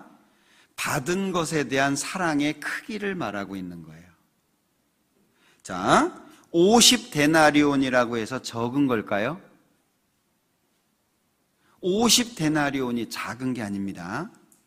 50일을 일해야 받을 수 있는 품삯입니다. 자, 어떤 사람은요, 하나님 앞에 헌금을 하는데 10,000원이 큰 돈일 수 있는 거예요. 어떤 사람에게는 10,000원이 일반적일 수 있는 겁니다. 50데나리온이 작은 게 아니에요. 죄가 몇 개 있어야 지옥 갑니까? 하나만 있어도 지옥 가는 거잖아요. 500데나리온, 이것은 죄를 많이 지은 사람은 주님께 받은 용서가 크니까 더 많이 사랑한다, 이런 표현이라기보다도 자신이 받은 하나님의 사랑이 크기가 얼만큼이냐라고 하는 걸 말하고 있는 거예요. 여러분들은 받은 은혜를 50데나리온이라고 적게 생각하고 있습니까? 아니면 나 같은 죄인이라는 생각으로 500데나리온이라고 생각하고 있습니까? 만약에 50데나리온이라고 생각한다면 이 바리새인처럼 예수님을 모실 거예요. 발 씻을 물도 드리지 않고, 그리고 입 맞추지도 않고 감람류도 붓지도 않고, 초청은 했어요. 집에 식사하자고 초청은 했습니다. 그러나 그 이상의 것은 하지 않는 거예요. 주님을 나의 주라고 인정하기는 합니다. 그러나 삶 속에 주님을 구체적으로 섬겨야 될 것은 하지 않습니다. 아침에 일어나서 기도를 하고, 기도라고 하는 것이 꼭 내가 원하는 것을 하나님께 구하는 것만이 아니잖아요. 우리 옛날에는 문안 인사를 했습니다. 아침에 일어나면 어르신께 문안 인사를 합니다. 평안히 주무셨습니까? 혹시 불편한 거 없으셨습니까? 혹시 더 필요한 거 없으십니까? 문안 인사를 했어요. 집을 나갔다가 들어오면 반드시 문안 인사를 드렸습니다. 집을 나가기 전에도 반드시 문안 인사를 드렸습니다. 우리 옛날에 그랬잖아요. 그 동몽선습이라고 하는 책에 보면 그런 얘기 다 나오거든요. 나가기 전에 아버님, 어머님 어디 좀 다녀오겠습니다. 다녀오고 나서는 다녀왔습니다. 그 부모와 자식의 그 긴밀한 관계 있잖아요. 그죠? 얼마나 무난하십니까? 내가 살아가는 모든 삶 속에 나를 구원해 주신 예수님과 나의 하나님께 계속 무난합니까? 아침에 일어나서 기도하고, 저녁에 잠자기 전에 기도하고, 잘 먹겠습니다, 밥 먹을 때 기도하고, 그것으로 끝은 아니잖아요. 주무시기 전에 얼만큼의 기도를 하십니까? 여기 이는 저의 사랑함이 많음이라. 자, 우리 엄마들 자식 키울 때 보면 불가사의 할 때가 참 많죠. 우리 어머님들 참 대단하신 것 같아요. 아버지들이 좀 배우긴 해야 돼요. 엄마들 보면은요, 하루 종일 그 아이하고 씨름하잖아요. 그죠? 되게 시골에 부모님 댁에 가면은요, 할아버지들은 손주들 왔냐? 그리고 한번 딱 안았다가 탁 놓으면 갈 때까지 끝이에요. 할머니들은요, 계속 끌어안고 업고 다니고 막 그 아이하고, 이 엄마라고 하는 존재가 정말 특별한 것 같아요. 그 아이하고 하루 종일, 그리고 그 아이가 필요한 것을 또 채워주고, 남편이 필요한 것도 또 채워주고, 가정에 해야 될 것도 또 하고, 교회 와가지고 또 봉사하고 갔는데 또 집에 가서 일하고. 대부분 우리 자매님들 세탁기를 밤에 돌리시더라고요. 시간이 별로 없으니까. 참 대단하신 것 같아요. 이 여자가 왜 이렇게 했냐? 사랑함이 많습니다. 주님을 사랑하는 마음이 큰 거예요. 그러니까 자, 눈물 흘리는 거 자연스럽습니다. 머리카락으로 발을 닦는 거 자연스럽습니다. 입 맞추는 거 자연스럽습니다. 그리고 향유를 붓는 거 자연스럽습니다. 우리의 삶 속에 예수님을 주라고, 나를 구원해 주셨다고, 내 죄를 용서해 주셨다고 끝날 게 아니라 그 이후 어떻게 해야 됩니까? 아이는 엄마 뱃속에 있는 것보다 엄마 뱃속을 나와서부터가 더 힘들잖아요. 그래서 엄마들 힘들 때 얘기하시죠? 아이고, 속에 담고 다닐 때가 더 낫다. 나오면 더 힘들잖아요. 손이 더 갑니다. 아이가 성장해 갈수록 부모의 손이 더 필요하잖아요. 가만히 누워있을 때는요, 눕혀놓기만 하면 돼요. 근데 기어다닐 때는요, 계속 끄집어 와야 되잖아요. 예? 크면 클수록 더 힘들어요. 구원 받았습니다. 구원 받고 나서가 사실 더 힘들지 않습니까? 구원 받고 나서 주님을 섬기는 것이 수고가 당연한 거예요. 주님께 문안하고, 주님께 발 씻을 물을 드리고, 눈물을 흘리고, 머리카락으로 닦고, 향유를 붓고, 이게 우리의 삶 속에 자연스러운 거예요. 그런데 무엇을 한다라고 하는 게 왜 짐이 될까요? 이게 50데나리온이 되면 힘들어지는 거예요. 나 같은 죄인이라고 생각하면 못할 게 없는 거예요. 그런데 남들 다 구원해 주시는데 뭐 여러 구원하는데 그중에 뭐 나 껴서 구원받았는데 이러면요, 뭐 하라는 게 힘든 거예요. 헌금? 나 먹고 살 것도 없는데 뭔 헌금이냐. 그 있는 사람, 잘 사는 사람이나 해야지. 저는 개인적으로 주일날 봉투가 제 방에 여러 개가 있어요. 일부러 제가 갖다 놓거든요. 그리고 주일날 되면 꼭 10,000원씩 감사헌금을 넣습니다. 큰 액수는 아닙니다. 그러나 제 마음속에 하나님께서 나를 지켜주시고 함께 하시는데 내가 주일날 말씀 앞에 나오면서 이런 준비도 안 하면 될까? 그래서 꼭 10,000원씩, 제가 어디 설교 갔다가 빠질 경우에는 설교 간 거 빠진 주까지 포함해서 넣어서 헌금을 합니다. 매주에. 마음이 달라요. 마음이. 나는 주님을 위해서 뭘 하려고 하십니까? 우리 자녀들에게요, 부모는 자꾸 주려고 하잖아요. 요즘에 뭐 잘 안 받으려고 하시죠? 이런 거 사먹는 게 낫다고, 뭐 주지 말라고, 싸지 말라고, 이게 집만 된다고 막 이러지만 부모는 어때요? 안 쌌다고, 조금 쌌다고, 괜찮다고, 이제 안 넣어. 근데 와보면 다 있어요. 어디다가 넣으셨는지. 부모 마음이잖아요. 그죠? 자, 그 사랑을 받고 사는 사람은요, 나중에 자기 자녀한테 똑같이 그렇게 합니다. 자기가 받았거든요. 우리 받았습니다. 주님께 뭘 드릴까요? 1년 동안 내가 무엇을 드리려고 작정하셨습니까?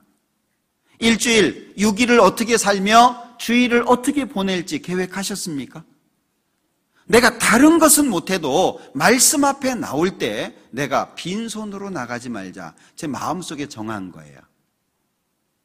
그리고 다른 곳에 설교를 가면 10,000원 할 수는 없잖아요. 저는 제가 있는 교회 4주나 5주 있으니까 그렇게 하지만 설교는 가끔 한 번씩 나가잖아요. 그래서 설교 나가는 곳은 더 합니다. 마음속에 정해놓은 거예요. 왜? 오는 동안 지켜주셨죠? 그리고 맞이하는 교회에서 밥 먹여주죠. 잠 재워주죠. 예?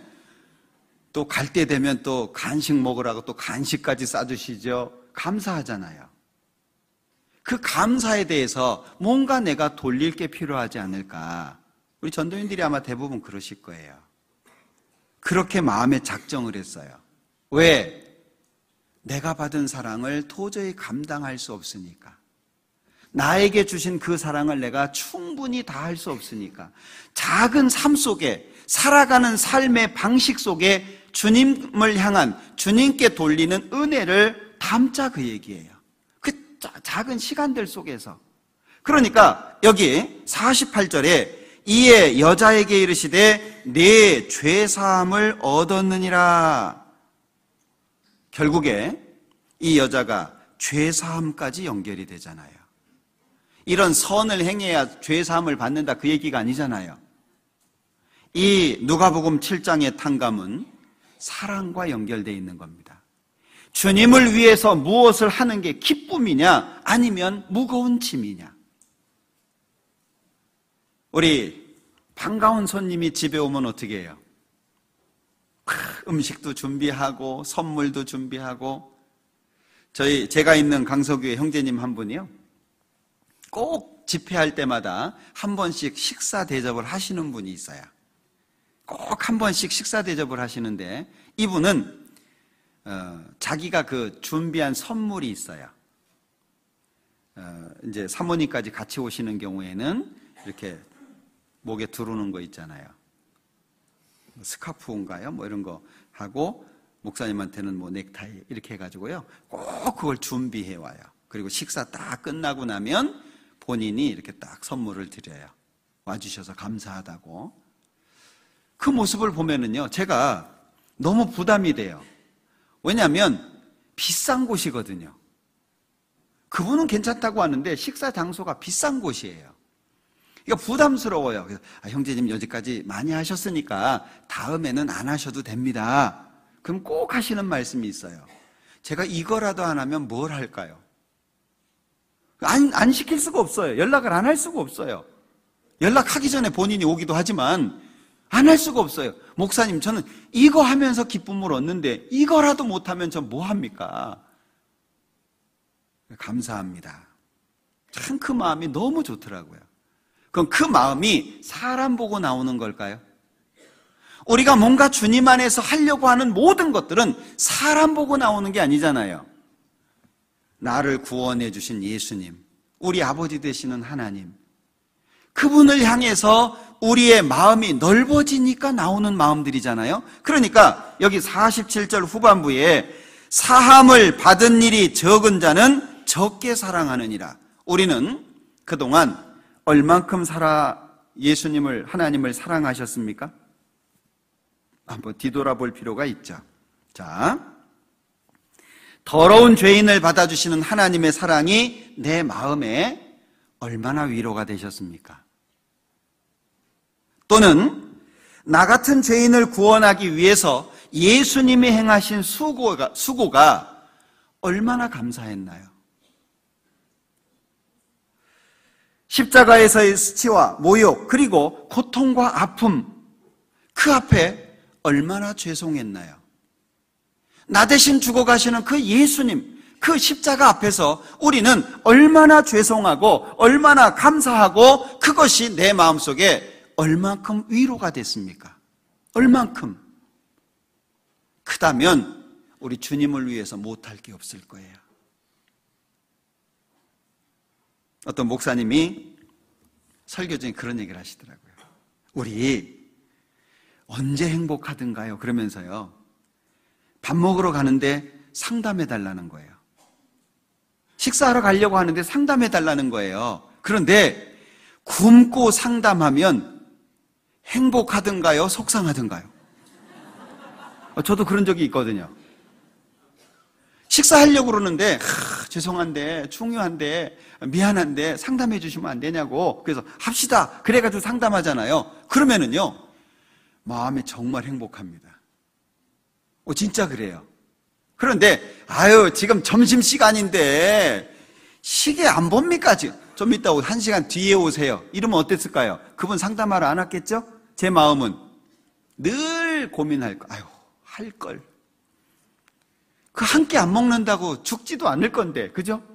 한 끼 안 먹으면 살 빠져서 좋은데, 할 걸. 그 생각 들잖아요. 주님을 향한 사랑이 커지면 내가 손해보는 거 아무렇지도 않아요. 내가 주님을 위해서 사는데 내가 어려움 당하는 거 아무렇지도 않아요. 오히려 더 좋아요. 저도 그 마음이 있더라니까요. 그래서 지금도 전설처럼 자랑 삼아 하는 얘기가 하나 있어요. 전설처럼. 옛날에는 수양회 때 상담 많이 했잖아요. 지금 상담 많이 안 하시던데 상담 많이 하세요. 전도인들은 들들 복구하고 있는 거예요. 네, 상담 많이 하세요. 응? 되게 예전에 보면은요, 수양회 때 첫날 같은 경우에는, 저 같은 경우에는 첫날에는 한 12시 정도까지 상담을 했어요. 두 번째 날 되면은 한 2시, 3시 이렇게까지 가요. 셋째 날은 피크입니다. 셋째 날은 보통 5시 넘어야 끝나요, 새벽에. 그러면 상담을 하잖아요. 밥 먹을 시간이 없습니다. 왜냐하면 예전에는, 지금은 한 분 한 분 오지만 그전에는요 이렇게 둘러 있었잖아요. 삥 둘러가지고 자기 상담할 거, 남이 상담하는 거 다 듣잖아요. 그죠?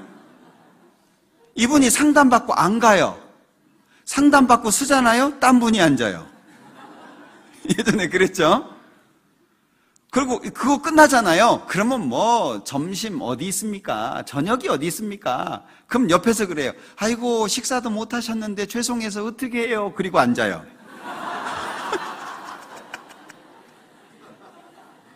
그래서 그때는 화장실 갈 때만 양해를 받고 화장실을 가요.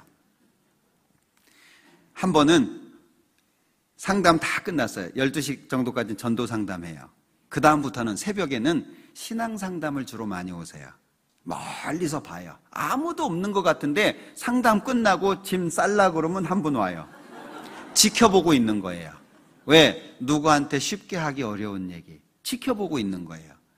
그렇게 해서 한 2분 오잖아요. 그럼 그 다음부터는 그냥 상담 끝나면 앉아 있어요. 그럼 알아서 오세요. 이렇게 마지막 상담 딱 끝나고 같이 아침 먹으러 갔던 기억이 있어요. 근데요, 그거 생각만 하면 기뻐요. 뭐 예수님한테 상 받고 이런 문제가 아니고요, 마음에 행복함이 있어요. 그러니까 주님을 사랑하는 마음이 얼만큼이냐에 따라서 내가 수고하고 희생한 거, 그것이 무거운 짐이 아니고 기쁨이 돼요. 그러니까 자식이 커가는 걸 보면서 기쁘잖아요. 부모의 수고가 얼마나 많이 들어갑니까? 근데 자녀가 크면, 참, 저희 큰애가 이제 27입니다. 지금 홍천에서 하사관을 하고 있는데, 저희 자매하고 이제 얘기를 했어요. 내년에는 시장에 좀 내놓읍시다.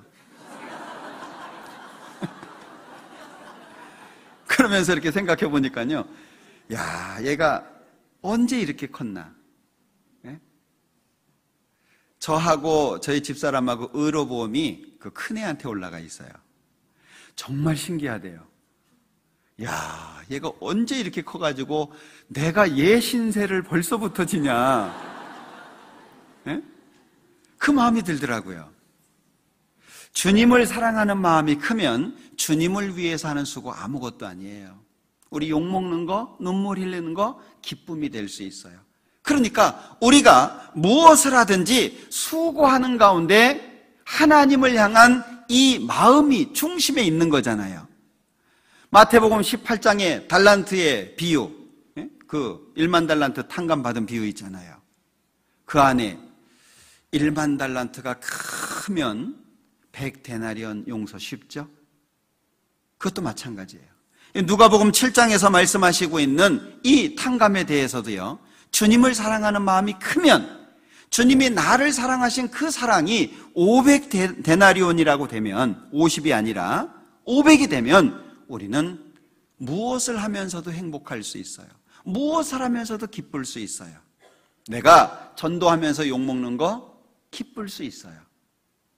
내가 주님의 일을 하면서 왕따 당하고 외로울 때 주님의 사랑으로 행복할 수 있어요. 제가 그걸 몰랐을 때, 구원받고 얼마 안 됐을 때 회사에서 제가 제일 처음 구원받았거든요. 너무 힘든 거예요.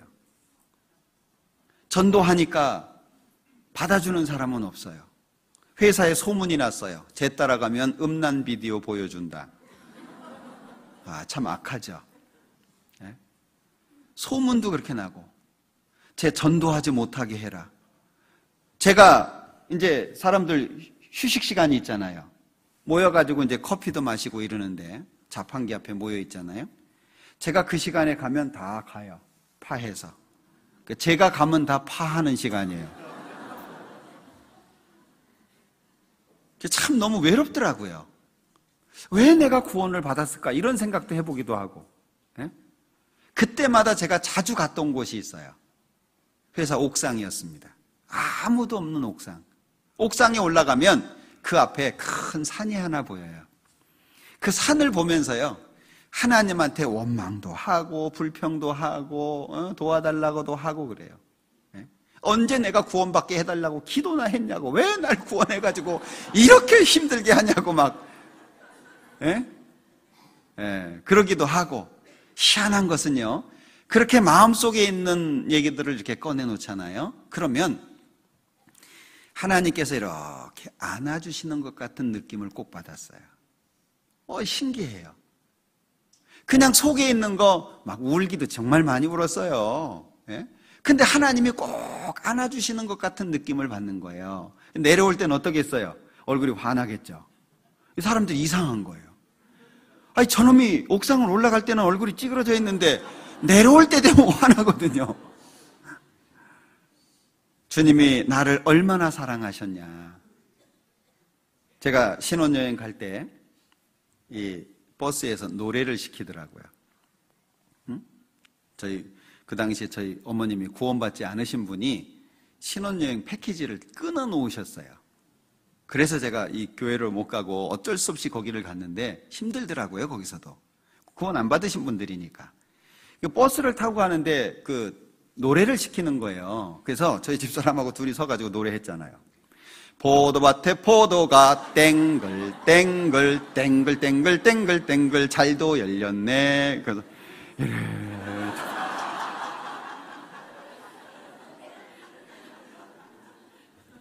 저는 처음에 기도하는 게 짐이었어요. 창피했어요. 사람들이 다 나 쳐다보니까. 근데 기도가 특권이라는 걸 나중에 알았어요. 결국에 우리가 행하는 모든 것은 주님의 우리에게 베풀어 주신 사랑과 은혜가 내 마음속에 얼만큼 자리하고 있는지에 대해서 다르게 나타날 수 있다는 거예요. 사랑과 용서, 이건 우리에게 너무 중요한 거잖아요. 올 한 해도 우리 마음을 아프게 하는 분들이 많이 있겠죠? 올 한 해도 내가 힘들어 할 수밖에 없는 일들이 또 있겠죠? 우리는 산 넘어 산입니다. 그러다가 주님 만나는 거예요. 주님 만날 때까지 우리는 여러 가지 어려움들이 있을 겁니다. 그 가운데 용서해야 될 일도 많을 거고 사랑해야 될 일도 많을 거예요. 지금까지 그렇게 해왔기 때문에 우리가 이런 모습으로 지금 모이고 있지 않겠습니까? 그러니까 우리는 주님 오실 때까지 주님께로부터 받은 그것을 잊지 말고 그것을 바탕으로 해서 더 많은 사람에게 그것을 보여줘야 될 거예요. 용서와 사랑, 우리에게는 없습니다. 우리는 할 수 있는 능력이 없습니다. 그러나 주님께는 무한하십니다. 주님은 얼마든지 갖고 계십니다. 그것을 우리 마음속에 담아서 또 다른 사람에게 베풀어야 될 거예요. 그래서 기억하실 것 첫 번째, 깊이 파고. 깊이 파고. 누가복음 6장에 말씀하시잖아요. 깊이 파고. 집을 질 때 제일 중요한 게 깊이 파는 겁니다. 우리 신앙생활 그냥 건성건성하려고 하지 말고요, 깊이 파는 게 중요합니다. 누가복음 6장 찾아보죠. 48절.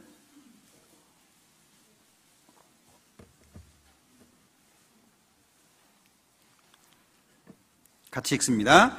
집을 짓되 깊이 파고 주초를 반석 위에 놓은 사람과 같으니 큰 물이 나서 탕류가 그 집에 부딪히되 잘 지은 연고로 능히 요동케 못하였거니와. 집을 지을 때 가장 중요한 건 깊이 파고입니다. 두 번째, 물로 씻어. 우리가 용서하고 사랑하기 위해서 필요한 삶에 실행해야 될 것들, 첫 번째가 깊이 파고입니다. 그리고 두 번째는 물로 씻어. 히브리서 10장을 한번 보죠.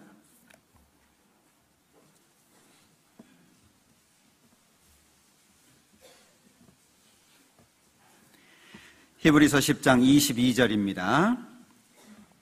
같이 읽죠. 우리가 마음의 뿌림을 받아 양심의 악을 깨닫고 몸을 맑은 물로 씻었으니 참 마음과 온전한 믿음으로 하나님께 나아가자.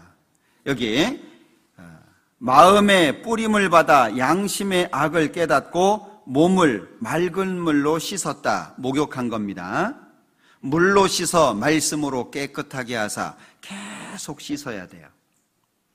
우리는 우리의 삶 속에 잘못했던 것들, 실수했던 것들, 이런 것들 다 주님 앞에서 매일매일 씻어야 됩니다.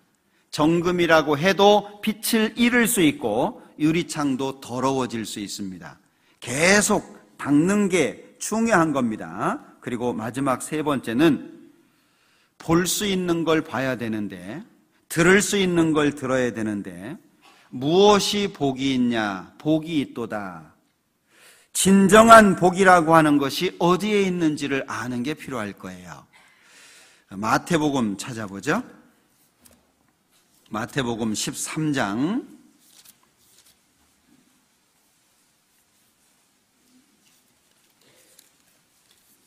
16절입니다. 같이 읽죠.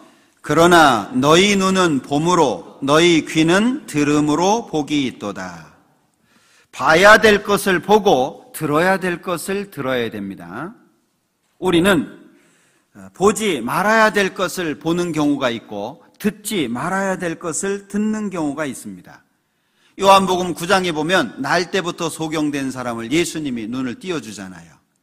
그런데 종교가들은요 계속 묻습니다. 너 어떻게 눈 떴냐?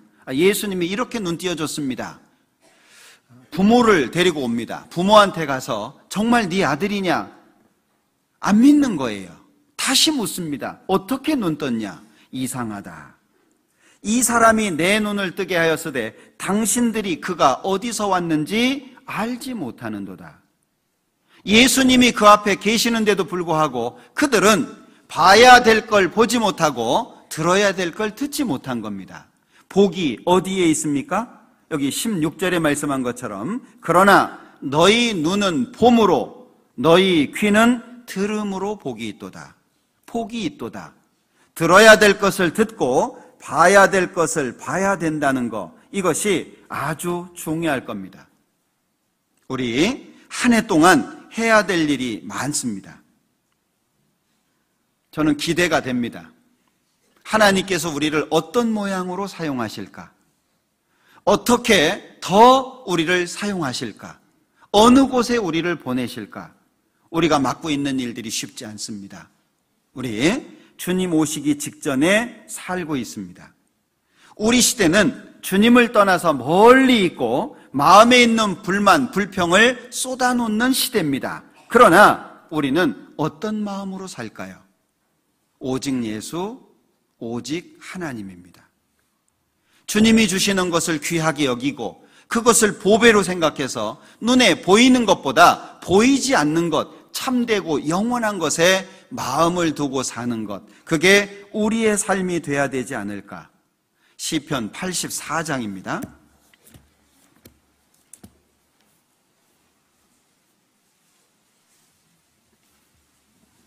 10절, 시편 84장 10절 같이 읽겠습니다. 주의 궁정에서 한 날이 다른 곳에서 첫날보다 나은즉 악인의 장막의 거함보다 내 하나님 문지기로 있는 것이 좋사오니. 우리 한 해 이 마음으로 살았으면 좋겠습니다. 이 마음으로 교제했으면 좋겠습니다. 이 마음으로 서로를 돕고 교회 안에서 봉사하고 희생했으면 좋겠습니다. 오늘의 나를 있게 하신 하나님, 오늘까지 지켜주시고 보호해 주신 하나님, 오늘 이 순간 나를 기쁘게 보시는 그분을 위해서 우리의 남은 생애가 이어져야 될 거라고 생각을 해요. 제가 정말 좋아하는 말씀, 늘 마음속에 담으려고 애쓰는 말씀이 11절입니다. 같이 읽어보죠. 여호와 하나님은 해요 방패시라. 여호와께서 은혜와 영화를 주시며 정직히 행하는 자에게 좋은 것을 아끼지 아니하실 것임이니이다. 여호와 하나님은 해요 방패시라. 해는 공급해 주죠. 방패는 보호해 줍니다. 하나님은 공급하시는 분으로, 하나님은 보호하시는 분으로, 그래서 정직히 행하는 자에게 좋은 것을 아끼지 않는 분이라고 말씀하고 있습니다. 우리 이분을 믿고 2019년 힘차게 살았으면 좋겠습니다. 우리 부산 권역 모든 형제 자매님들 마음속에 올 한 해가 기대가 되고 하나님의 역사로 충만한 시간들 가득 채워지기를 소망합니다. 기도하겠습니다. 우리를 사랑하시는 자비로우신 주님 감사합니다. 한 해를 시작하면서 말씀 앞에 설 수 있도록 도와주시고 또 하나님의 뜻을 발견하며 하나님의 뜻에 순종할 수 있도록 도와주시는 것 참으로 감사합니다. 우리가 살아도 주를 위하여, 죽어도 주를 위하여 우리의 삶이 오직 주님으로 인해서 가능하다는 것을 잊지 않도록 도와주시기를 원합니다. 구원받은 모든 사람 하나님 기억해 주시고 어디에 어떠한 형편에 있든지 말씀 가운데 하나님의 선을 이룰 수 있도록 도와주시고 우리를 통해서 하나님의 계획하신 모든 일들이 성취되기를 원합니다. 해외에서 수고하시는 많은 선교사님들을 기억해 주시고 가족들과 또 함께하는 동역자 형제자매님들을 기억해 주시기를 기도합니다. 동일한 능력, 동일한 은혜로 이끌어 주셔서 하나님의 역사가 2019년도에는 더욱더 활발히 나타나고 이뤄진 영혼들이 구원을 받으며 구원받은 사람들이 하나님의 사랑 가운데 양육될 수 있도록 축복해 주시고 도와주시옵소서. 남은 모든 시간들 함께해 주시기를 원하면서 우리를 사랑하시는 예수님의 이름으로 기도합니다. 아멘.